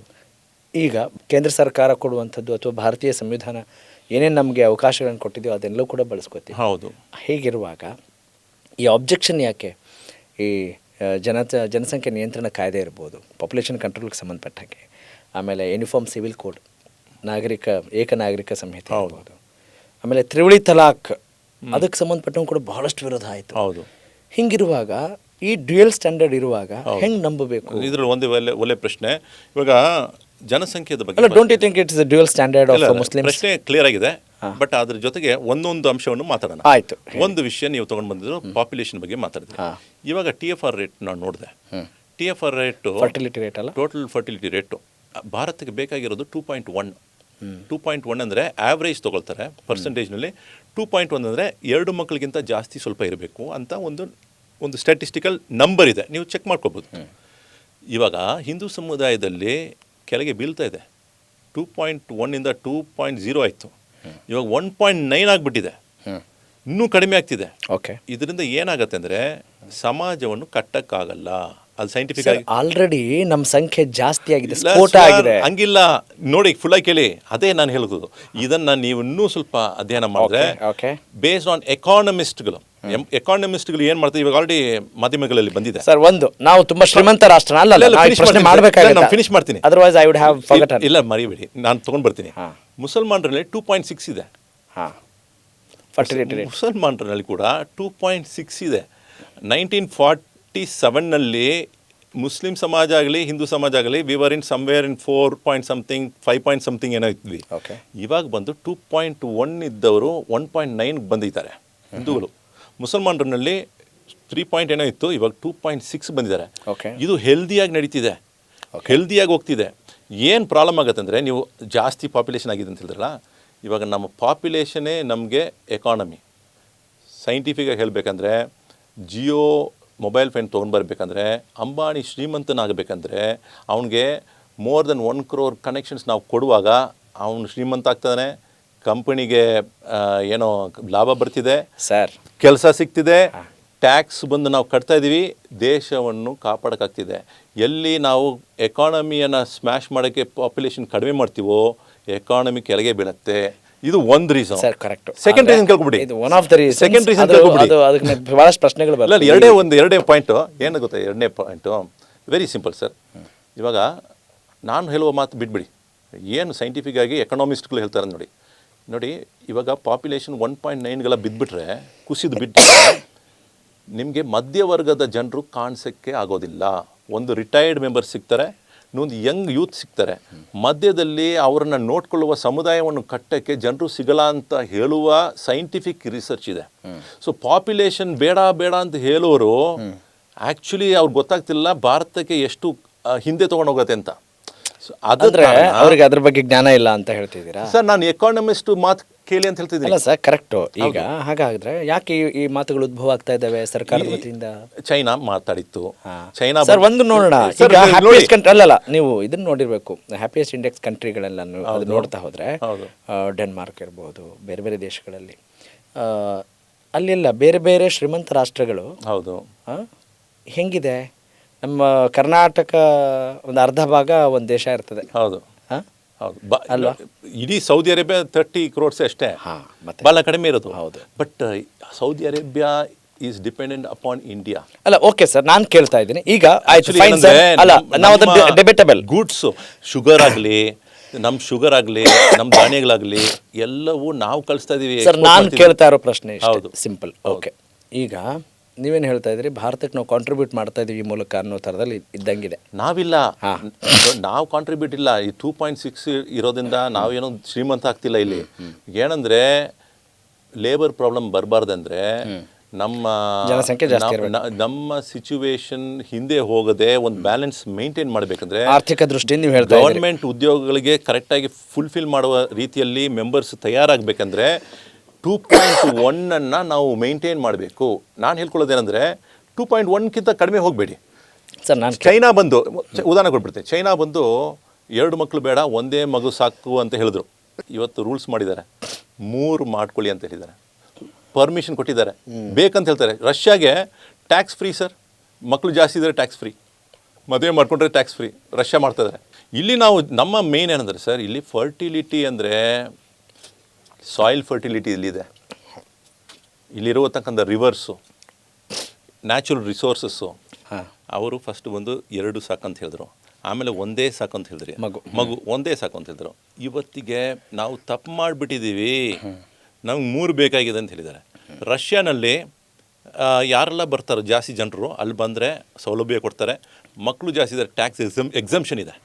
ಇನ್ನೂ ಕೆಲವು ಜಾಗದಲ್ಲಿ ಲೈಕ್ ಜರ್ಮನಿ ಎಲ್ಲ ಬಂದು ಅವರೆಲ್ಲ ಈಸಿ ಮಾಡ್ತಾರೆ, ಜನರು ಬೇಕು ಅಲ್ಲಿ. ಅಲ್ಲ ಸರ್, ನಾನು ಕೇಳ್ತಾ ಇರೋದು ಈಗ ಕೇಂದ್ರ ಸರ್ಕಾರಕ್ಕೆ ಈ ಮೂಲಕ ಬುದ್ಧಿ ಇಲ್ಲ ಅಂತ ಹೇಳಕ್ ಹೋಗ್ತಿದ್ದೀರಾ? ಕೇಂದ್ರ ಸರ್ಕಾರಕ್ಕೆ ನಮ್ಗಿಂತ ಜಾಸ್ತಿ ಬುದ್ಧಿ ಇರೋ ಕಾರಣಕ್ಕೋಸ್ಕರ ಅವರು ಇದ್ರ ಬಗ್ಗೆ ಪಾಪ್ಯುಲೇಷನ್ ಅನ್ನು ಕಂಟ್ರೋಲ್ ಮಾಡೋಕ್ಕೆ ಏನೂ ಆಸಕ್ತಿ ತಗೊಂಡಿಲ್ಲ. ನಮ್ಗಿಂತ ಜಾಸ್ತಿ ಇದೆ ಅವ್ರಿಗೆ ಬುದ್ಧಿ, ಓಕೆ, ಕೇಂದ್ರ ಸರ್ಕಾರಕ್ಕೆ ಇದೆ, Okay. ಆ್ಯಕ್ಚುಲಿ ಇದೆ. ಯಾರು ತಪ್ಪು ಮಾಡಿದ್ರು ಗೊತ್ತಾ ಈ ವಿಚಾರದಲ್ಲಿ? ಸರ್ ಹೇಳಿ. ನನಗೆ ಗೊತ್ತಿಲ್ಲ, ನೀವು ಹೇಳಬೇಕು. ಇಂದಿರಾ ಗಾಂಧಿ, ಹಾಂ, ಸಂಜಯ್ ಗಾಂಧಿ ಅವ್ರು ತಪ್ಪು ಮಾಡಿದ್ರಾ? ಎಸ್, ಕಂಪಲ್ಸರಿಯಾಗಿ ಹೋಗಿ ಹುಡುಕಿ ಜನರನ್ನ ಕರ್ಕೊಂಡೋಗಿ ಅವ್ರನ್ನ ಇದು ಮಾಡಿದ್ರಲ್ಲ, ಆಪರೇಷನ್ ಮಾಡಿದ್ರಲ್ಲ, ಅದು ಎಷ್ಟು ವೈಲೇಷನ್ ಆಫ್. ಆದ್ರೆ ನಿಮ್ಗೆ ಅವ್ರಿಗೆ ಸಹಕಾರ ಅದು ಇಲ್ಲ, ಅವರು ಎಷ್ಟು ಅನ್ಯಾಯ ಮಾಡಿದ್ದಾರೆ ನೋಡಿ, ಹಾಂ, ಅನ್ಯಾಯ ಮಾಡಿದ್ದಾರೆ. ಹಾಂ, ಕಾಂಗ್ರೆಸ್ ಪಾರ್ಟಿ ಅನ್ಯಾಯ ಮಾಡಿರುವ ಆ ಲಿಸ್ಟು ಕೊಡಬೇಕಂದ್ರೆ ಒಂದಿನ ಸಾಲದು, ಹಾಂ, ಅಷ್ಟು ಅನ್ಯಾಯ ಮಾಡಿ. ಮತ್ತೆ ಯಾಕೆ ನಿಮ್ಗೆ ಕಾಂಗ್ರೆಸ್ ಮೇಲೆ ಇಷ್ಟೊಂದು ವ್ಯಾಮೋಹ ಇಲ್ಲವೇ ಇಲ್ಲ. ಸಿದ್ದರಾಮಯ್ಯ ಅವರೇ ರೋಡ್ ಚೆನ್ನಾಗಿಲ್ಲದೆ ಇದ್ರು ನಿಮಗೆ ಓಟು ಅಂದ್ರೆ ಇದು ಎಂಥ ಪ್ರೀತಿ ಅಂತ ಅರ್ಥ ಮಾಡ್ಕೊಳಕ್ ಆಗ್ತಿಲ್ಲ. ಅಂದ್ರೆ ಕಾಂಗ್ರೆಸ್ ಏನ್ ಮಾಡಿದೆ, ನಾವು ಏನಕ್ಕೋಸ್ಕರ ಅವ್ರಿಗೆ ಬೆಂಬಲ ಕೊಡಬೇಕಂತ ಒಂದೇ ಒಂದು ವಿಚಾರ. ಅಲ್ಲ ಸರ್, ನಾನು ಕೇಳೋದು ಯಾಕೆ ಕಾಂಗ್ರೆಸ್ ನಿಮ್ಮನ್ನು ತುಂಬ ಏನು ಓಲೈಕೆ ಮಾಡುತ್ತಲ್ಲ, ಯಾಕೆ, ಯಾವ ಕಾರಣಕ್ಕೆ ಓಲೈಕೆ ಮಾಡ್ತಾ ಇದಾರ? ಒಳ್ಳೆಯ ಉತ್ತರ. ಅಲ್ಲ ಮತ್ತೆ ನೀವು ಅವ್ರಿಗೆ ಗೊತ್ತು ಏನ್ ಕೊಟ್ಬಿಟ್ಟಿದ್ದಾರೆ ಅಂತ ಪ್ರಶ್ನೆ ಮಾಡ್ಬೇಕಲ್ಲ. ಹಾಂ, ಓಲೈಕೆ ಮಾಡೋ ರೀತಿಯಲ್ಲಿ ಏನ್ ಮಾಡಿದ್ದಾರೆ ಹಾಂ, ಅದನ್ನ ನೀವು ಕೇಳಬೇಕಲ್ಲ ನೋಡಿ. ಮತ್ತೆ ಯಾಕೆ ಈಗ ಮುಸಲ್ಮಾನ್ ಪರವಾಗಿ ಯಾವಾಗಲೂ ನಿಲ್ತಿರ್ತಾರಲ್ಲ ಜಾಸ್ತಿ ಯಾರು? ಕಾಂಗ್ರೆಸ್ ಸರ್ಕಾರದಲ್ಲಿ ಅತಿ ಹೆಚ್ಚು ಕಾಮನ್ ಆಗಿ ಈಗ ಆಡೋ ಹುಡುಗ ಕೂಡ ಹೇಳ್ತಾನೆ ಅಲ್ವಾ, ನೀವು ಹೇಳ್ತೀರಿ ನಮಗೆ ಬೆಂಬಲನೇ ಇಲ್ಲ ಬಿ ಜೆ ಪಿಗೆ ಅಂತೀರಿ. ಹಿಂಗಿರುವಾಗ ಮತ್ತೆ ಆಟೋಮೆಟಿಕ್ ಆಗಿ ಅರ್ಥ ಮಾತ್ರ ನಾನು ಫಸ್ಟೇ ನಿಮ್ಗೆ ಹೇಳಿದ್ದೀನಿ, ಬಿ ಜೆ ಪಿ ಮಾತ್ರ ಓಪನ್ ಹಾರ್ಟಿಂದ ನಮಗೆ ಮುಂದೆ ಬಂದು ನಮ್ಗೆ ನೀವಿಬ್ಬರು ಹಿಂದೂ ಮತ್ತು ಮುಸಲ್ಮಾನರು ಇಬ್ಬರು ನಮ್ಮವರೇ, ನಾವು ನಿಮ್ಮ ತಂಟೆಗೆ ಬರಲ್ಲ, ನಿಮ್ಮ ಪ್ರಶ್ನೆ ನಿಮ್ಮ ಪ್ರಾಬ್ಲಮ್ ಕೊಡಲ್ಲ. ನಡವಳಿಕೆಯಲ್ಲಿ ನೋಡ್ತಿದಾರಲ್ಲ ಈ ಸೌಲಭ್ಯ ಮುಸಲ್ಮಾನರು ಕೊಡಬೇಡಿ ಅಂತ ಹೇಳ್ತಿಲ್ವಲ್ಲ. ಇಲ್ಲಿ ನಮ್ಮ ಮೋಹನ್ ಭಗವತ್ ಮಾತು ಹೇಳಿದ್ರು, ಹರ್ ಮಸ್ಜಿದ್ ಮೇ ಶಿವಲಿಂಗ ಮತ್ತು ಧೂಂಡು, ಅಂದ್ರೆ ಹೋಗ್ಬೇಡಿ, ಎಲ್ಲ ಶಿವಲಿಂಗವನ್ನು ಹುಡುಕಕ್ಕೆ ಹೋಗಬೇಡಿ ಅಂತ. ಏನಕ್ಕೆ ಅಂತ ಶಿವಲಿಂಗ ಇದೆ ಅವ್ರಿಗೆ ಗೊತ್ತು. ಇಷ್ಟು ದೊಡ್ಡ ಸ್ಟೇಟ್ಮೆಂಟ್ ಮಾಡಬೇಕಂದ್ರೆ ಅರ್ಥ ಏನಂದ್ರೆ ಕೆಲವರು ಬಂದು ಮಸೀದಿಗಳನ್ನ ಟಾರ್ಗೆಟ್ ಮಾಡ್ತಾ ಇದ್ದಾರೆ. ಸೊ ಇಲ್ಲಿ ಏನಾಗ್ತಿದೆ, ಒಂದು ಪರ್ಸೆಪ್ಷನ್ ಬಿಲ್ಡ್ ಆಗ್ತಿದೆ, ಮುಸ್ಲಿಂ ಸಮಾಜದಲ್ಲಿ ಒಂದು ಪರ್ಸೆಪ್ಷನ್ ಬಿಲ್ಡ್ ಆಗ್ತಿದೆ. ಏನಂತ ಹೇಳಿ ನೋಡಿ, ಇವ್ರು ಆಲ್ರೆಡಿ ಒಂದು ಮಸೀದಿಯನ್ನು ಧ್ವಂಸ ಮಾಡಾಗಿದೆ, ಓಕೆ, ಅದರ ನಂತರ ಏನೇನೋ ಪ್ರಾಬ್ಲಮ್ ಆಯಿತು, ಇಂಥ ಕಂಪ್ಯೂನಲ್ ಇಶ್ಯೂಸನ್ನು ಅವ್ರು ತೊಗೊಳ್ತಾ ಇದ್ದಾರೆ. ಆದ್ದರಿಂದ ಇವರು ನಮಗೆ ಸಹಕಾರ ನೀಡಲ್ಲ, ಆದ್ದರಿಂದ ಇವ್ರು ಬೇಡ ಅಂತ ಒಂದು ಮನಸ್ಥಿತಿಗೆ ಬರ್ತಾ ಇದ್ದಾರೆ. ಆದರೆ ರಿಯಾಲಿಟಿ ನೋಡೋಕೆ ಹೋದರೆ ನಮ್ಮ ಪ್ರಶ್ನೆ ಏನಾಗಿರ್ಬೇಕಂದ್ರೆ ಸಿವಿಲಿಯನ್ ಲೈಫ್ ಎಷ್ಟು ಮಟ್ಟಿಗೆ ಇಂಪ್ರೂವ್ ಆಗುತ್ತೆ ಅಂತ ಆ ಪ್ರಶ್ನೆ ಮಾಡಬೇಕಾಗಿದೆ. ಆ ಪ್ರಶ್ನೆಗೆ ನಾವು ಹೋಗ್ತಿಲ್ಲ, ಓಕೆ, ಆ ಪ್ರಶ್ನೆಗೆ ಹೋಗ್ತಾನೆ ಇಲ್ಲ. ಅದೇ ಒಂದು ದೊಡ್ಡ ಪ್ರಾಬ್ಲಮ್ ಇರೋದು. ಸೊ ಇದನ್ನು ನಿಲ್ಲಿಸ್ಬೇಕಂದ್ರೆ ಕಾರಣ ಏನಂದರೆ, ಇವಾಗ ಬುಲ್ಡೋಸರ್ ಕಲ್ಚರ್ ನಮ್ಗೆ ಬೇಡ. ಎಲ್ಲಾದರೂ ಒಂದು ಕಡೆ ಒಂದು ಮನೆಯನ್ನು ಅವರು ಡಿಸ್ಟ್ರಾಯ್ ಮಾಡೋಕ್ಕೆ ಮುಂದೆ ಬಂದರೆ ನೀವು ನಿಲ್ಲಿಸ್ಬೇಕು. ಕಾಂಗ್ರೆಸ್ ಬರಬಾರ್ದು, ನೀವೇ ನಿಲ್ಲಿಸಿ, ಇದು ಅನ್ಯಾಯ ಅಂತ ಹೇಳಿ. ಯಾಕಂದರೆ ಸುಪ್ರೀಂ ಕೋರ್ಟ್ ತೀರ್ಪು ಕೊಡಲಾಗಿದೆ, ಸುಪ್ರೀಂ ಕೋರ್ಟು ತೀರ್ಪು ಕೊಟ್ಟಿದೆ, ಇಂಥದ್ದು ಮಾಡಬಾರ್ದು, ಇದು ಕಾನೂನು ಬಾಹಿರ ಅಂತ ಹೇಳಿದೆ ಸುಪ್ರೀಂ ಕೋರ್ಟ್ ತೀರ್ಪು ಬರುವಾಗ. ನಾವು ಅದನ್ನೇ ತಿರ್ಗಾ ಇದು ಮಾಡಲೇಬೇಕಂತ ಮಾಡಿದ್ರೆ ತಪ್ಪಾಗತ್ತೆ. ನೋಡಿ, ಸಂವಿಧಾನದ ಮೇಲೆ ಗೌರವ ಇದೆ ನಿಮಗೆ, ಹೌದು, ಕೋರ್ಟ್ ಮೇಲೆ ಗೌರವ ಇದೆ ಖಂಡಿತ. ಆದರೂ ಕೋರ್ಟಿಂದ ಯಾವುದೇ ತೀರ್ಪು ಬಂದರೂ ಕೂಡ ಅದನ್ನು ಧಿಕ್ಕರಿಸೋ ಸ್ವಭಾವ ಕೂಡ ನಮ್ಮ ಮುಸಲ್ಮಾನರಲ್ಲಿದೆ. ಎಲ್ಲಿ? ಹಿಜಾಬ್ ವಿಚಾರದಲ್ಲಿ ಏನಾಯಿತು? ಎಲ್ಲ ಬೀದಿಗಿಳಿದು ಹೋರಾಟ ಮಾಡ್ತಾ ಇದ್ರು. ಎಲ್ಲಿ? ಯಾವಾಗ? ಆ ಟೈಮಲ್ಲಿ ತೀರ್ಪು ಬರಕ್ಕೆ ಮುಂಚೆ ಇಲ್ಲ, ತೀರ್ಪು ಬಂದಾದ್ಮೇಲೂ ಕೂಡ ಅದನ್ನು ಖಂಡಿಸುವ ಒಂದು ದಿನ ಮಾಡಿದ್ರು, ಬ್ಲ್ಯಾಕ್ ಡೇ ಮಾಡಿದ್ರು, ಮತ್ತೆ ತಪ್ಪು ಅದು ಅಲ್ವಾ ಸರ್? ಈಗ ತಪ್ಪು ಅಂತ ಹೇಳೋದು ಸಾಕಾಗಲ್ಲ. ಅಲ್ಲ, ನಾವು ಏನು ಮಾಡೋಕ್ಕಾಗಲಿ? ಅಲ್ಲ ಅಂದರೆ ನಾನು ನೋಡಿ, ಒಬ್ಬ ವ್ಯಕ್ತಿಯಾಗಿದ್ದು ಇಡೀ ಸಮಾಜ ಮಾಡುವ ಆ ತಪ್ಪನ್ನು ತಪ್ಪು ಅಂತ ಕರಿತಿದ್ದೀನಿ. ಅಲ್ಲ, ಐ ಹ್ಯಾವ್ ರೆಸ್ಪೆಕ್ಟ್. ಯಾಕಂತ ಹೇಳಿದ್ರೆ ಇನ್ನು ಮುಂದೆ ಅದು ಮಾಡಬೇಡಿ ಅಂತ. ಮತ್ತೆ ನಾನು ಏನು ಹೇಳ್ತಾ ಇದ್ದೀನಿ ಸರ್, ಈಗ ಇದು ತಪ್ಪೋ ಸರಿ ಅಂತ ಹೇಳೋದಕ್ಕಿಂತ ಹೆಚ್ಚಾಗಿ ಈಗ ನಾವು ಹಣ್ಣುಗಳು ಇರುವಂಥ ಮರಕ್ಕೆ ಜಾಸ್ತಿ ನಮಗೆ ನಿರೀಕ್ಷೆ ಜಾಸ್ತಿ. ಹೌದು ಅಲ್ವಾ? ನಿಮ್ಮಿಂದ ನಮಗೆ ನಿರೀಕ್ಷೆ ಜಾಸ್ತಿ, ಖಂಡಿತ. ಯಾಕಂದ್ರೆ ಹಂಗೆ ಹೇಳ್ಬಿಟ್ಟು ಹೋದ್ರೆ ಸಾಕಾಗಲ್ಲ.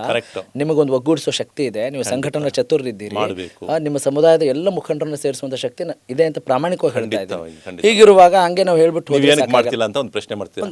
ಲೀಡರ್, ಇವರ ಲೀಡರ್. ಆಕ್ಚುಲಿ ಎಸ್, ನೀವು ಹೇಳಿದ್ದು ಅದು ಸತ್ಯ. ಯಾಕಂತ ಹೇಳಿದ್ರೆ ನನಗೆ ಎಲ್ಲರೂ ಮರ್ಯಾದೆ ಕೊಡ್ತಾರೆ. ಇವಾಗ ನಾನು ಒಂದು ವಿಚಾರ ಬಗ್ಗೆ ಮಾತಾಡುವಾಗ ದೊಡ್ಡ ದೊಡ್ಡ ಇಮಾಮ್ಗಳು ಮುಫ್ತಿಗಳು ಇದ್ದಾರೆ, ನಾನು ಅವ್ರನ್ನ ಪರ್ಸ್ನಲಿ ಹೋಗಿ ಮೀಟ್ ಮಾಡ್ತೀನಿ.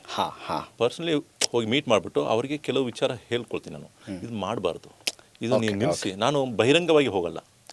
I go take appointment, I sit with them. Mostly ಹಂಗೆ ಹೋದ್ರೆ ಎಲ್ಲರಿಗೂ ಡೌಟ್ ಕ್ಲಿಯರ್ ಆಗುತ್ತಾ ಅಂತ ನಾನು 1-to-1 ಡಿಸ್ಕಷನ್ ಮಾಡ್ತೀನಿ.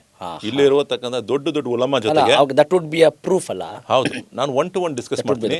ಅವ್ರಿಗೆ ಕ್ಲಾರಿಟಿ ಕೊಡ್ತೀನಿ, ಇದು ಮಾಡಬಾರ್ದು, ಇದು ತಪ್ಪಾಗಿದೆ, ಇದು ಮಾಡಿರೋದ್ ಮೂಲಕ ನೋಡಿ ಏನು ಕಷ್ಟ ಆಗ್ತಿದೆ, ಇದನ್ನು ನಾನು ಓಪನ್ ಆಗಿ ಮಾತಾಡ್ತಿದ್ದೀನಿ. ಆದ್ದರಿಂದ ಅವರೆಲ್ಲರೂ ನನ್ನ ಗೌರವಿಸ್ತಾರೆ, ಪಬ್ಲಿಕ್ ಕೂಡ ಗೌರವಿಸ್ತಾ ಇದ್ದಾರೆ. ಪಬ್ಲಿಕ್ನಲ್ಲಿ ಏನಂದರೆ ಎಜುಕೇಟೆಡ್, ಅನ್ಎಜುಕೇಟೆಡ್ ಇದ್ದಾರೆ. ಎಜುಕೇಟೆಡ್ ಪೀಪಲ್ ಅರ್ಥ ಮಾಡ್ಕೊಳ್ತಿದ್ದಾರೆ, ಅನ್ಎಜುಕೇಟೆಡ್ ಪೀಪಲ್ ಅವ್ರಿಗೆ ಅರ್ಥ ಆಗ್ತಿದೆ, ಚೇಂಜ್ ಆಗ್ತಾರೆ ಅಂತ ನಂಬಿಕೆ ಇದೆ. Super sir. ಓಕೆ, ನೋಡಿ ನೀವೇ ನೋಡಿ, ಒಂದು 20 ವರ್ಷ ಮುಂಚೆ ಆಶಾಭಾವನೆ ಇರಬೇಕು ನಮ್ಗೆ. ಹೌದು, ಒಂದು 20 ವರ್ಷ ಇದ್ದ ಮುಸ್ಲಿಂ ಸಮಾಜದ ಕ್ವಾಲಿಟಿಗೂ ಇವತ್ತಿಗೂ ಕ್ವಾಲಿಟಿ ಸ್ಟ್ಯಾಂಡರ್ಡ್ಸ್ ಇಂಪ್ರೂವ್ ಆಗಿದೆ, ಭಾಳಷ್ಟು ಚೇಂಜ್ ಆಗಿದೆ. ಇನ್ನೂ ಚೇಂಜ್ ಆಗಬೇಕು. ಇನ್ನು ಇದು ನನ್ನ ಸಾಲದು. ಏನು ಬದಲಾವಣೆ ಆಗಬೇಕು ಅಂತ ಬಯಸ್ತೀರಿ ಸರ್? ಸರ್ ನಮ್ಗೆ ಏನಂದರೆ ವೆರಿ ಸಿಂಪಲ್, ನಾನು ಸಿಂಪಲ್ ಮ್ಯಾನು, ನಾನು ಜಾಸ್ತಿ ಆಸೆ ಪಡೋಲ್ಲ. ಇರೋ ರೋಡೆಲ್ಲ ಕ್ಲೀನ್ ಆಗಿರಬೇಕು. ಅಲ್ಲ, ಬದಲಾವಣೆಯಿಂದ ಸರ್ ನಾನು ಕೇಳ್ತಾ ಇರೋದು, ಈಗ ಎಷ್ಟೋ ಮುಸಲ್ಮಾನು ಸುಧಾರಿಸಿದ್ದಾರೆ ಅಂತ ಹೇಳಿದ್ರೆ, ಇನ್ನೂ ಸುಧಾರಿಸಬೇಕಾಗಿದೆ ಅಂತಲ್ಲ, ಯಾವ ಕಾಂಟೆಕ್ಸ್ಟಲ್ಲಿ ಹೇಳ್ತಾ ಇದ್ದೀರಿ? ನೋಡಿ, ನಾನು ಇಲ್ಲಿಂದನೇ ಬರ್ತೀನಿ. ರೋಡ್, ರಸ್ತೆ ಅಲ್ಲ, ಅದು ಪೊಲಿಟಿಷಿಯನ್ಸ್ ಇಲ್ಲ, ಅದಿಲ್ಲ. ನಾನು ಬರ್ತಿರೋ ನೋಡಿ, ರಸ್ತೆನಲ್ಲಿ ಸುಮ್ಮನೆ ನಿಂತ್ಕೊಂಡು ಚಾಯ್ ಟೀ ಕುಡ್ಕೊಂಡು ಬೀಳಿ ಮಾಡ್ಕೊಂಡು ಅದೆಲ್ಲ ಬೇಡ. ಆ ಕಲ್ಚರ್ ನಮ್ಗೆ ಬೇಕಿಲ್ಲ. ನಮ್ಗೆ ಬೇಕಾಗಿರೋ ಕಲ್ಚರು ಮಕ್ಕಳು ಟೈಮಿಗೆ ಪಾಠ ಕಲಿಕೆ ಹೋಗಬೇಕು. ಸೂಪರ್. ನೀವು ಬೇರೆ ಏನಾದ್ರು ಮಾಡಬೇಕಾ, NCC ಜಾಯಿನ್ ಮಾಡಿ, NSS ಜಾಯಿನ್ ಮಾಡಿ, ಆ ಸ್ಕೌಟ್ಸ್ನಲ್ಲಿ ಕೆಲಸ ಮಾಡಿ. ರೈಟ್, ದೇಶಕ್ಕೋಸ್ಕರ ಏನು ಮಾಡ್ತೀರಾ ನೀವು? ಆರ್ಮಿಗೆ ಜಾಯಿನ್ ಮಾಡಬೇಕಂದ್ರೆ ಆರ್ಮಿ ಜಾಯಿನ್ ಆಗಿ, ಇಲ್ಲ ನೀವು ಬೇರೆ ಪೊಲಿಟಿಕ್ಸ್ ಹೋಗ್ಬೇಕಂದ್ರೆ ಪೊಲಿಟಿಷಿಯನ್ ಆಗಿ, ಎಲ್ಲ ಹಿಂಗೆ ಮೈನ್ ಸ್ಟ್ರೀಮ್ ಬರಬೇಕು. ನೀವು ಮೈನ್ ಸ್ಟ್ರೀಮ್ ಬರಬೇಕು. ಲೋಕಲ್ ಲ್ಯಾಂಗ್ವೇಜನ್ನು ಸರಳವಾಗಿ ಮಾತಾಡಬೇಕು. You have to be one amongst them, we are together ಅಂತ ಆ ಭಾವನೆ ತರಬೇಕು. ಸೊ ಇದು ನನ್ನ ಕಲ್ಪನೆ, ನನ್ನ ಆಶೆ ಇರೋದು. ನಮಗೆ ಅದಕ್ಕೆ ಹಾರೈಕೆಗಳು ಕೂಡ ಇದೆ. ಖಂಡಿತ ಇದು ನಡೆಯುತ್ತೆ, ಖಂಡಿತವಾಗಿ ನಡೆಯುತ್ತೆ. ನನಗೆ ನಂಬಿಕೆ ಇರೋದು. ನೋಡಿ, ಒಂದಿನ ಮಾತಾಡಿರೋದು ಇವತ್ತು ನಡೀತಿದೆ. ಇವತ್ತು ಕಡ್ಡಾಯಗೊಳಿಸಿದ್ದಾರೆ ಕನ್ನಡವನ್ನು. ಇಡೀ ಕರ್ನಾಟಕ ರಾಜ್ಯದಲ್ಲಿ ಎಲ್ಲ ಮದ್ರಸದಲ್ಲಿ ಕಡ್ಡಾಯಗೊಳಿಸಿದ್ದಾರೆ. ಇದನ್ನು ನಾವು ಮಾತಾಡಿ ಆಗಿದೆ. ಕನ್ನಡದ ಜೊತೆಗೆ ಹೌದು, ಸಮಾಜಕ್ಕೆ ಪೂರಕವಾಗಿರೋದನ್ನ ಮಾತ್ರ ಕಲಿಸಬೇಕು ಅನ್ನೋದು ಕೂಡ ಕಡ್ಡಾಯ ಆಗಬೇಕು. ಖಂಡಿತ ಅಲ್ವಾ? ನಾನು ಮಾತು ಕೂಡ ಹೇಳಿದ್ದೀನಿ ಮುಂಚೆ ಕೂಡ. ನೋಡಿ, ಕರ್ನಾಟಕ ಸರ್ಕಾರಕ್ಕೆ ಒಂದು ರೆಸ್ಪಾನ್ಸಿಬಿಲಿಟಿ ಇದೆ. ಏನಂತ, ಯಾವ ಸ್ಕೂಲ್ನಲ್ಲಿ ಏನು ಕಲಿಸ್ತಾ ಇದ್ದಾರೋ ಅದನ್ನು ಚೆಕ್ ಮಾಡುವ ಟೋಟಲ್ ರೆಸ್ಪಾನ್ಸಿಬಿಲಿಟಿ ಇದೆ ಅವ್ರ ಮೇಲೆ ಇರತಕ್ಕಂಥ ಒಂದು ಡ್ಯೂಟಿ. ಓಕೆ. ಹಾಗೆ ಒಂದೊಂದು ಮದ್ರಸನಲ್ಲಿ ಕೂಡ ಏನು ಕಲಿಸ್ತಾ ಇದ್ದಾರೆ ಅಂತ ನೋಡೋಕ್ಕೆ ಅವ್ರಿಗೆ ಎಲ್ಲ ಅಧಿಕಾರ ಇದೆ ಮತ್ತು ರೆಸ್ಪಾನ್ಸಿಬಿಲಿಟಿ ಇದೆ. ಹೌದು. ಯಾಕಂದರೆ ಎಲ್ಲೋ ಒಂದು ಕಡೆ ತಪ್ಪು ಮಾಡಿದ್ರೆ ಅದು ಎಲ್ಲರಿಗೂ ಪ್ರಾಬ್ಲಮ್ ಆಗುತ್ತೆ. ಅದು ನಾಟ್ ಓನ್ಲಿ ಮದ್ರಸಾ, ಎನಿ ಪ್ಲೇಸ್. ಹೌದು, ಸೂಪರ್ವಿಷನ್ ಓಪನ್ ಆಗಿ ಮಾಡಿ. ಏನು ತೊಂದರೆ ಇದೆ? You are not against anybody. ನೀವು ಏನೇನು ಭಾಷಣ ಕೊಡ್ತಿದ್ದೀರೋ ಅದು ರೆಕಾರ್ಡ್ ಆಗಲಿ, ಅದು ಟೋಟಲಿ ಎಲ್ಲರಿಗೂ ಹೋಗಿ ತಲುಪಲಿ. Why are you hiding? Hide ಮಾಡೋಕ್ಕೇನಿದೆ? ನೀವು ಓಪನ್ ಆಗಿ ಬಂದುಬಿಟ್ರೆ ನಿಮ್ಮ ಬಗ್ಗೆ ಇರುವ ಸಂಶಯಗಳು ದೂರ ಆಗುತ್ತೆ ಅಷ್ಟೇ. ನಾನು ಅದನ್ನು ಇಚ್ಛಿಸುವ ಮೂಲಕ ಇದರ ಬಗ್ಗೆ ನಾವು ಚರ್ಚೆ ಕೂಡ ಮಾಡ್ತಿದ್ದೀವಿ. ನಾವು ಮಾಡಿದ ನಂತರ ಎಷ್ಟೋ ಜನರು ಸ್ಕೂಲ್ಸ್ ಕೂಡ ಶುರು ಮಾಡಿದ್ದಾರೆ. ಬೆಂಗಳೂರಿನಲ್ಲಿ ಇರತಕ್ಕಂಥ ಮೌಲ್ವಿಗಳು ಸ್ಕೂಲ್ಸ್ ಶುರು ಮಾಡಿದ್ದಾರೆ. ಅಲ್ಲಿ 10th ಪಾಸ್ ಆಗಲಿ ಅಂತ. ಮತ್ತು ಅವರು ಕೂಡ ಈ ಒಂದು ಫೀಲಿಂಗ್ ಬರ್ತಾ ಇದ್ದಾರೆ. ಬಟ್ ನಾರ್ತ್ ಇಂಡಿಯನ್ಸ್ನಲ್ಲಿ ಇರುವತಕ್ಕಂಥ ಪ್ರಾಬ್ಲಮ್, UP ಮತ್ತು ಬಿಹಾರ್ನಲ್ಲಿ ಇರುವ ಪ್ರಾಬ್ಲಮ್ ಇವತ್ತು ಹಾಗೆ ಉಳಿದಿದೆ. ಕೆಲವು ನಾಗರಿಕ ಸಂಹಿತೆಗೆ ನೀವು ಸಂವಿಧಾನ ಒಪ್ಕೊಳ್ತೀರಿ, ಆದರೆ ಪಾಲನೆ ಮಾಡಬೇಕು ಅಂತ ಬಂದಾಗ ಪ್ರಶ್ನೆ ಮಾಡ್ತೀರಿ. ನೋಡಿ, ದೇಶಕ್ಕೆ ಒಂದು ಕಾನೂನು, ನಮಗೆ ಒಂದು ಕಾನೂನು ಅನ್ನೋ ಒಂದು ಪ್ರಶ್ನೆ. ನಿಮಗೆ ಒಂದು ಕಾನೂನು, ದೇಶಕ್ಕೆ ಒಂದು ಕಾನೂನು ಆದರೆ ಮುಸ್ಲಿಮರಿಗೆ ಶರಿಯಾ ಮಾತ್ರ ಕಾನೂನು. ಅದು ಹಂಗಿದೆ, ಹೌದಾ? ಅಲ್ಲ, ಏನಂದ್ರೆ ನಮ್ಮ ಶರಿಯಾ ಅಂದ್ರೆ ಕಾನೂನು. ಶರಿಯಾ ಅಂದ್ರೆ ಕಾನೂನು ಅಷ್ಟೇ. ಅದು ಅರಬಿ ಪದದಲ್ಲಿ ಶರಿಯಾ ಅಂತ ಹೇಳ್ಕೊಳ್ತೀವಿ. ಓಕೆ, ಎನಿವೆ ಇಸ್ಲಾಮಿಕ್ ಲಾ ಅಂದರೆ ಅದಕ್ಕಂತ ಕೆಲವು ನಿಯಮಗಳು ಉಂಟು. ಅಂದರೆ ಒಬ್ಬ ಕಳ್ತನ ಮಾಡಿದ್ರೆ ಅವನಿಗೆ ಏನು ಶಿಕ್ಷೆ, ಕೊಲೆ ಮಾಡಿದ್ರೆ ಏನು ಶಿಕ್ಷೆ, ಮದುವೆ ಮಾಡಬೇಕಾದ್ರೆ ಹೇಗೆ ಮದುವೆ ಮಾಡಬೇಕು, ಇವೆಲ್ಲವೂ ಕಾನೂನು. ಇದು ಶರಿಯಾ. ಇಲ್ಲಿ ಕ್ರಿಮಿನಲ್ ಲಾ ಬಿಟ್ಟರೆ ಮತ್ತೆ ನಮ್ಗೆ ಬೇಕಾಗಿರುವ ಸಿವಿಲ್ ಲಾ ಅದೆಲ್ಲ ನಮಗೆ ಮುಸ್ಲಿಂ ಪರ್ಸನಲ್ ಲಾನಲ್ಲಿ ಇವತ್ತಿಗೂ ಕಾನ್ಸ್ಟಿಟ್ಯೂಷನ್ ಮೂಲಕ ನಮ್ಗೆ ಸಿಕ್ಕಿದೆ. ಅದೇ ರೀತಿ ಹಿಂದೂ ಕೂಡ ಹಿಂದೂ ಲಾ ಇದೆ.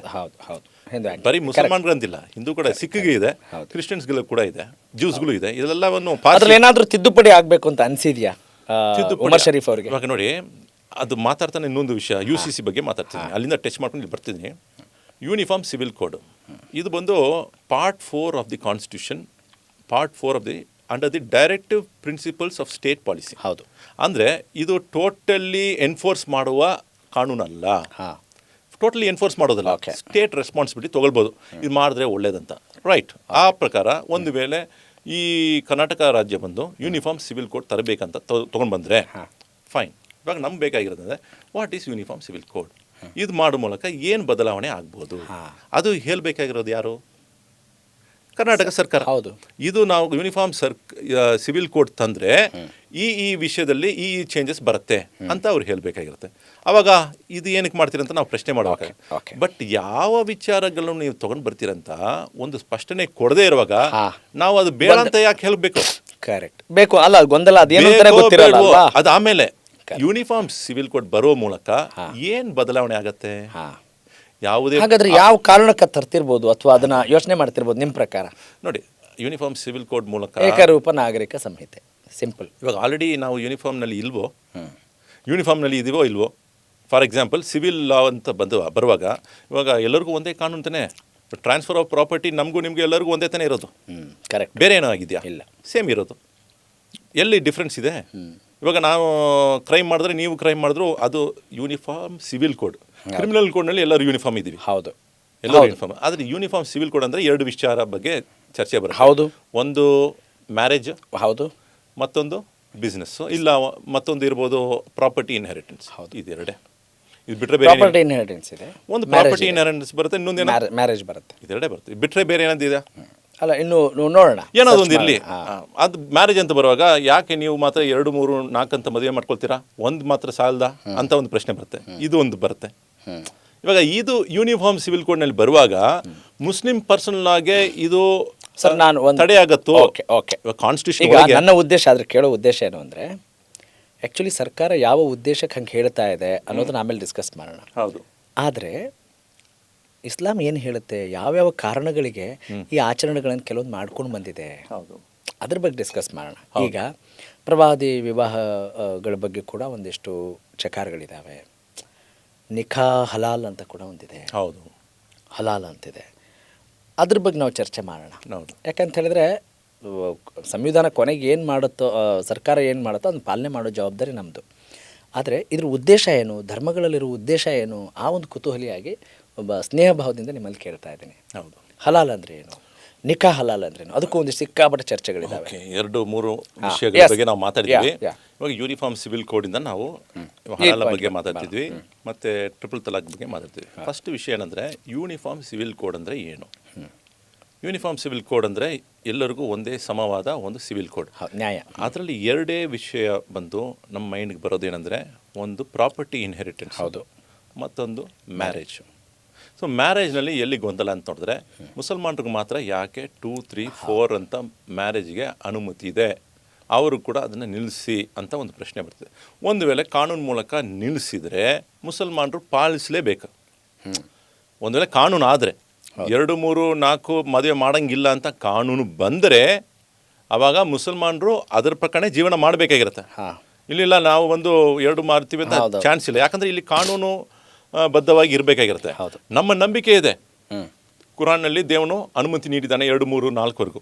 ಬಟ್ ಕುರಾನ್ನಲ್ಲಿ ಒಂದು ಮಾತಿದೆ, ನೀವು 2, 3, 4ವರೆಗೂ ಮದುವೆ ಮಾಡ್ಕೊಳ್ಳಿ, ಆದರೆ ಅವ್ರ ಜೊತೆಗೆ ನೀವು ಸಮವಾಗಿ ನೀತಿ ಪಾಲನೆ ಮಾಡಬೇಕು. ಹಂಗೆ ಪಾಲನೆ ಮಾಡೋಕ್ಕೆ ನಿಮಗೆ ಸಾಧ್ಯತೆ ಇಲ್ಲದೇ ಇದ್ದರೆ ಒಂದೇ ಶ್ರೇಷ್ಠ ಅಂತ ಹೇಳಿದ್ದಾರೆ. ಒಂದೇ ಮದುವೆ ಶ್ರೇಷ್ಠ ಅಂತಲೇ ಕುರಾನ್ ಹೇಳಿದೆ. ಒಂದೇ ಸಾಕು ಅಂತ ಹೇಳಿದೆ. ಅದು ನೀತಿ ನ್ಯಾಯ ಧರ್ಮವನ್ನು ಪಾಲಿಸುವವರು ಮಾತ್ರ ಅದನ್ನು ಮಾಡಕ್ಕೆ ಹೋಗಿ ಅಂತ.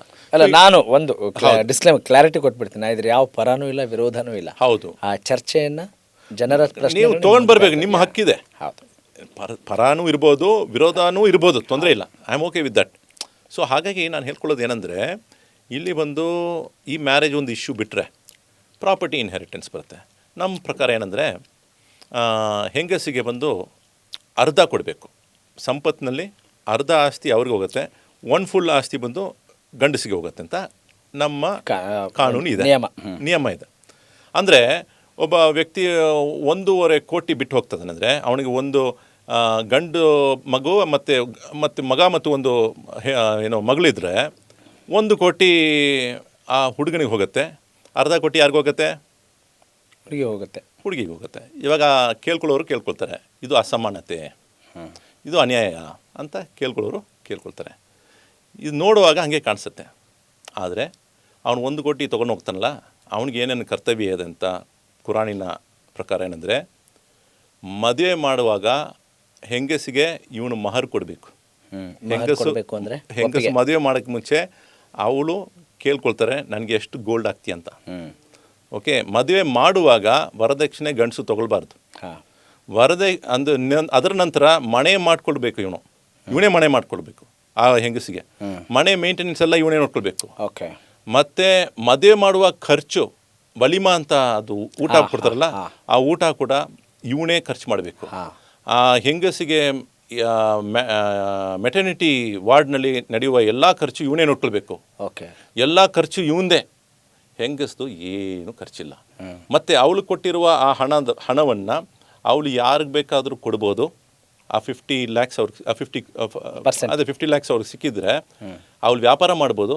ವ್ಯಾಪಾರದಲ್ಲಿ ಸಂಪಾದನೆ ಮಾಡಿರುವ ಆ ಕಾಸನ್ನು ಅವಳೇ ಇಟ್ಕೊಳ್ಬೋದು. ಅವ್ರು ಯಾರು ಕೊಡಬೇಕಾಗಿರೋ ಅವಶ್ಯಕತೆ ಇಲ್ಲ. ಗಂಡನ ಮೇಲೆ ಖರ್ಚು ಮಾಡಬೇಕಾದ ಅವಶ್ಯಕತೆ ಇಲ್ಲ. ಮಕ್ಕಳ ಮೇಲೆ ಖರ್ಚು ಮಾಡುವ ಅವಶ್ಯಕತೆ ಇಲ್ಲ. ಮಕ್ಕಳಿಗೆ ಎಜುಕೇಷನ್ ಖರ್ಚು ಮಾಡುವ ಅವಶ್ಯಕತೆ ಇಲ್ಲ. ಅರ್ರಿಜಾಲು ಕವ್ವಾಮೂನ ಅಲನ್ ನಿಸಾ, ಕುರಾನಿನ ಆಯತ್ತು. ಓಕೆ, ಮನುಷ್ಯರು, ಜನರು ಅಂದರೆ ಗಂಡಸಿಗೆ ಇಂತಹ ಫ್ಯಾಮಿಲಿಯನ್ನು ಮೇಂಟೈನ್ ಮಾಡುವ ಕರ್ತವ್ಯ ಇದೆ.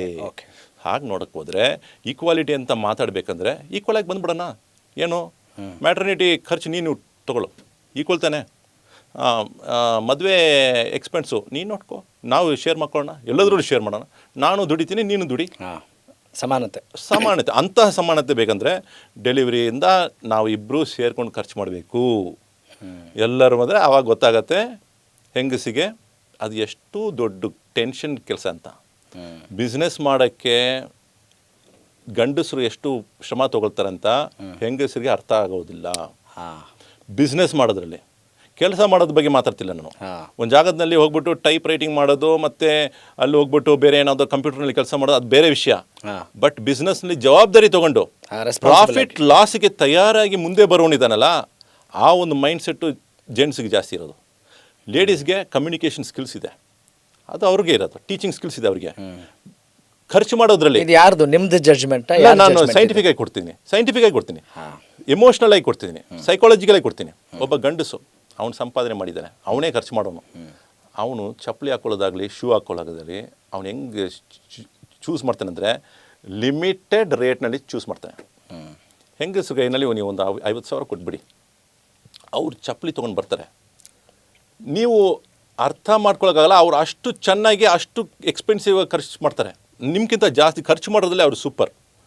ಜಾಸ್ತಿ ಖರ್ಚು ಮಾಡೋದ್ರಲ್ಲಿ sir, V cannot generalise this topic. Sir, ಈ ಟಾಪಿಕ್ನಲ್ಲಿ ನಾನು ಒಳ್ಳೆ ಹೆಂಗಸರ ಹತ್ರ ಡಿಸ್ಕಸ್ ಮಾಡಿದ್ದೀನಿ. Every person is unique, V cannot generalise it. Okay sir, ಅದು ಒಂದು ಇರ್ಬೋದು. ಬಟ್ ಇದರಲ್ಲಿ ನಾನು ಸ್ವಲ್ಪ ತೀವ್ರ ಹೋಗಿರ್ಬೋದು. ಓಕೆ, ಯಾಕಂದ್ರೆ ಆದರೆ ನಾನು ಟೇಕಿಂಗ್ ದ ಲಿಬರ್ಟಿ. ಓಕೆ, ಇಲ್ಲ, ಐ ಗಾಟ್ ಇಟ್. ಅಲ್ಲ, you have right to talk, you have right to talk, I respect that. ಆದರೆ ಅಲ್ಲ, ಓಕೆ, ಈಗ ಸ್ವಲ್ಪ ಕ್ರಿಸ್ಪ್ ಆಗಿ ಹೋಗೋಣ ನಾವು.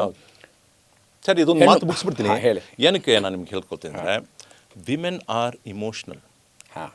Women are emotional. Men are not emotional. Men are emotional, but men are able to not show the emotions. Women are always showing their emotions. They are in that kind of thing. Okay, ಅವ್ರು ಏನಂದರೆ emotional ಆಗಿ judgment ತೊಗೊಳ್ಳುವಾಗ impulsive ಆಗಿ ಅವರು purchase ಮಾಡೋರಲ್ಲಿ ಹೆಂಗಸರು ratio ಜಾಸ್ತಿ ಇದೆ. Impulsive ಅಂದರೆ ಒಂದು ವಿಷಯ ಹಿಡಿಸ್ಬಿಡ್ತಂದರೆ ಅದನ್ನು ತೊಗೊಳ್ಳೋಕ್ಕೆ ಅವ್ರಿಗೆ ಆಸಕ್ತಿ ಬೇಗ ಬಂದುಬಿಡುತ್ತೆ. ಇಂಪಲ್ಸಿವ್ ಗಂಡಸರಲ್ಲಿ ರೆಸ್ಟ್ರೈನ್ ಮಾಡ್ತಾರೆ. ಬೇಡ, ಇವಾಗ ಬೇಡ, ನೆಕ್ಸ್ಟ್ ಮಂತ್ ನೋಡ್ಕೊಳ್ಳೋಣ, ಬೇಡ ಆಮೇಲೆ ನೋಡ್ಕೊಳ್ಳೋಣ. ಇದು ಅವ್ರಿಗೆ ನೋಡಿ, ಗಂಡಸರಿಗೆ ಇರೋ ರೆಸ್ಪಾನ್ಸಿಬಿಲಿಟಿ ನೋಡಿ. ಮನೆಯಲ್ಲಿ ಹೆಂಗಸರಿಗೆ ಅವ್ರ ಮದುವೆ ಮಾಡಿಸ್ಬೇಕಾಗಿರುತ್ತೆ, ಅಪ್ಪ ತಾಯಿ ಇಬ್ಬರನ್ನು ನೋಡ್ಕೊಳ್ಬೇಕಾಗಿರುತ್ತೆ, ಮನೆಯಲ್ಲಿ ಎಲೆಕ್ಟ್ರಿಕ್ ಬಿಲ್ ಕಟ್ಟಬೇಕಾಗಿರುತ್ತೆ, ಎಲ್ಲ ಎಲೆಕ್ಟ್ರಿಸಿಟಿ ಎಲ್ಲ ಮನೆಗೆ ಬೇಕಾಗಿರೋ ಎಲ್ಲ ವ್ಯವಸ್ಥೆ ಇವರೇ ಮಾಡ್ಕೊಡ್ಬೇಕಾಗಿರುತ್ತೆ, ಮಕ್ಕಳಿಗೆ ಎಜುಕೇಷನ್ ಇವರೇ ನೋಡ್ಕೊಳ್ಬೇಕಾಗಿರುತ್ತೆ, ಕೆಲಸ ಮಾಡಬೇಕಾಗಿರುತ್ತೆ, ಟೂರ್ ಕರ್ಕೊಂಡು ಹೋಗಬೇಕಾಗಿರುತ್ತೆ, ಮೆಟರ್ನಿಟಿ ಎಕ್ಸ್ಪೆನ್ಸ್ ನೋಡಬೇಕಾಗುತ್ತೆ. ಇದರ ನಂತರ ಬೇರೆ ಅವ್ರ ಮೊಮ್ಮಗ ಎಲ್ಲ ಬಂದರೂ ಕೂಡ ಎಲ್ಲ ಖರ್ಚಿಗೂ ಯಾರು? ಗಂಡಸು. ಇದು ಏನಂದರೆ, ಇಸ್ ಇಟ್ ಪೇಟ್ರಿಯಾರ್ಕಲ್? ಇವತ್ತಿನ ಸಮಾಜದಲ್ಲಿ ಎಲ್ಲ ಹೇಗೆ ಇದೆ ಅನ್ಕೊಂಡಿದ್ದೀರಾ ನೀವು? ನೋಡಿ ಸರ್, ಅಲ್ಲ, ಮೆಜಾರಿಟಿ ಇಲ್ಲ, ಒಂದು ಫ್ಯಾಮಿಲಿನಲ್ಲಿ ನೀವು ನೋಡಿ, ಫಾರ್ ಎಕ್ಸಾಂಪಲ್ ಎಜುಕೇಟೆಡ್ ಫ್ಯಾಮಿಲಿನಲ್ಲಿ, ಮಾಡರ್ನ್ ಫ್ಯಾಮಿಲಿನಲ್ಲಿ, ಅದೇ ರೀತಿ ನೀವು ಬಂದು ನೋಡುವಂತಹ ಕೆಲವು ವರ್ಗದ ಫ್ಯಾಮಿಲಿನಲ್ಲಿ ಇಂತಹ ಇದು ಕಾಣದೇ ಇರ್ಬೋದು.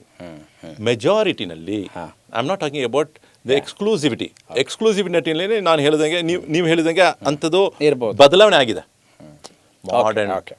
ಅಂದರೆ ನನ್ನ ಅನಿಸಿಕೆ ಏನಂದರೆ ಸರ್, ಅದನ್ನು ಕೇಳೋರ್ಗೂ ಕೂಡ ಜನರಲೈಸ್ ಮಾಡ್ತಿದ್ದಾರೆ ಅಂತ ಅನ್ನಿಸ್ಬಾರ್ದು ಅಂತ ಅಷ್ಟೇ ನನ್ನ. ಹೆಂಗೆ ಸರ್? ಅಂದರೆ ನೀವು ಹೇಳೋ ಮಾತಿಗೆ ವಿರುದ್ಧವಾಗಿ ನಡ್ಕೊಳ್ಳೋರು ಇರಬಹುದು ಇರ್ಬೋದು ಅಲ್ವಾ? ಚಾನ್ಸಸ್ ಇದೆ. ಅವರಿಗೆ ಹರ್ಟ್ ಆಗಬಾರ್ದು ಖಂಡಿತ ಅನ್ನೋ ಒಂದು ಉದ್ದೇಶಕ್ಕೆ ನಾನು ಇಲ್ಲ ಹರ್ಟ್ ಆಗುತ್ತೆ ಇದು. ನಾನು ಮಾತಾಡುವಾಗ ಈ ಒಂದು ವಿಷಯದ ಬಗ್ಗೆ ಮಾತಾಡುವಾಗ ಹೆಂಗಸರಲ್ಲಿ ಇಂಪಲ್ಸಿವ್ ಬೈಯರ್ಸ್ ಇದ್ದಾರೆ ಅಂತ ಹೇಳುವಾಗ ಅದರಲ್ಲಿ ಹರ್ಟ್ ಆಗುತ್ತೆ. ಸರ್, ನನಗೊಂದು ಪ್ರಶ್ನೆ ಬರ್ತಿದೆ ನೀವು ಹೇಳಿದಾಗ. ಇಸ್ಲಾಂನಲ್ಲಿ ಮಹಿಳೆಯರ ಸ್ವಾತಂತ್ರ್ಯಕ್ಕೆ ತುಂಬ ಅಡೆತಡೆಗಳಿದಾವ. ಅವರಿಗೆ ನಿಷಿದ್ಧ ಜಾಸ್ತಿ ಯಾಕೆ, ನಿಷೇಧಗಳು ಯಾಕೆ, ಅವ್ರಿಗೆ ಕಂಪ್ಲೀಟಾಗಿ ಆರಾಮಾಗಿರ್ಲಿಕ್ಕೆ ಬಿಡಲ್ಲ ಅನ್ನೋ ಒಂದು ಮಾತು. ಹೌದು. ಹೌದಾ? ಇದು ಗೊತ್ತಿಲ್ಲ ಶಿವನೇ ಭಕ್ತಿನ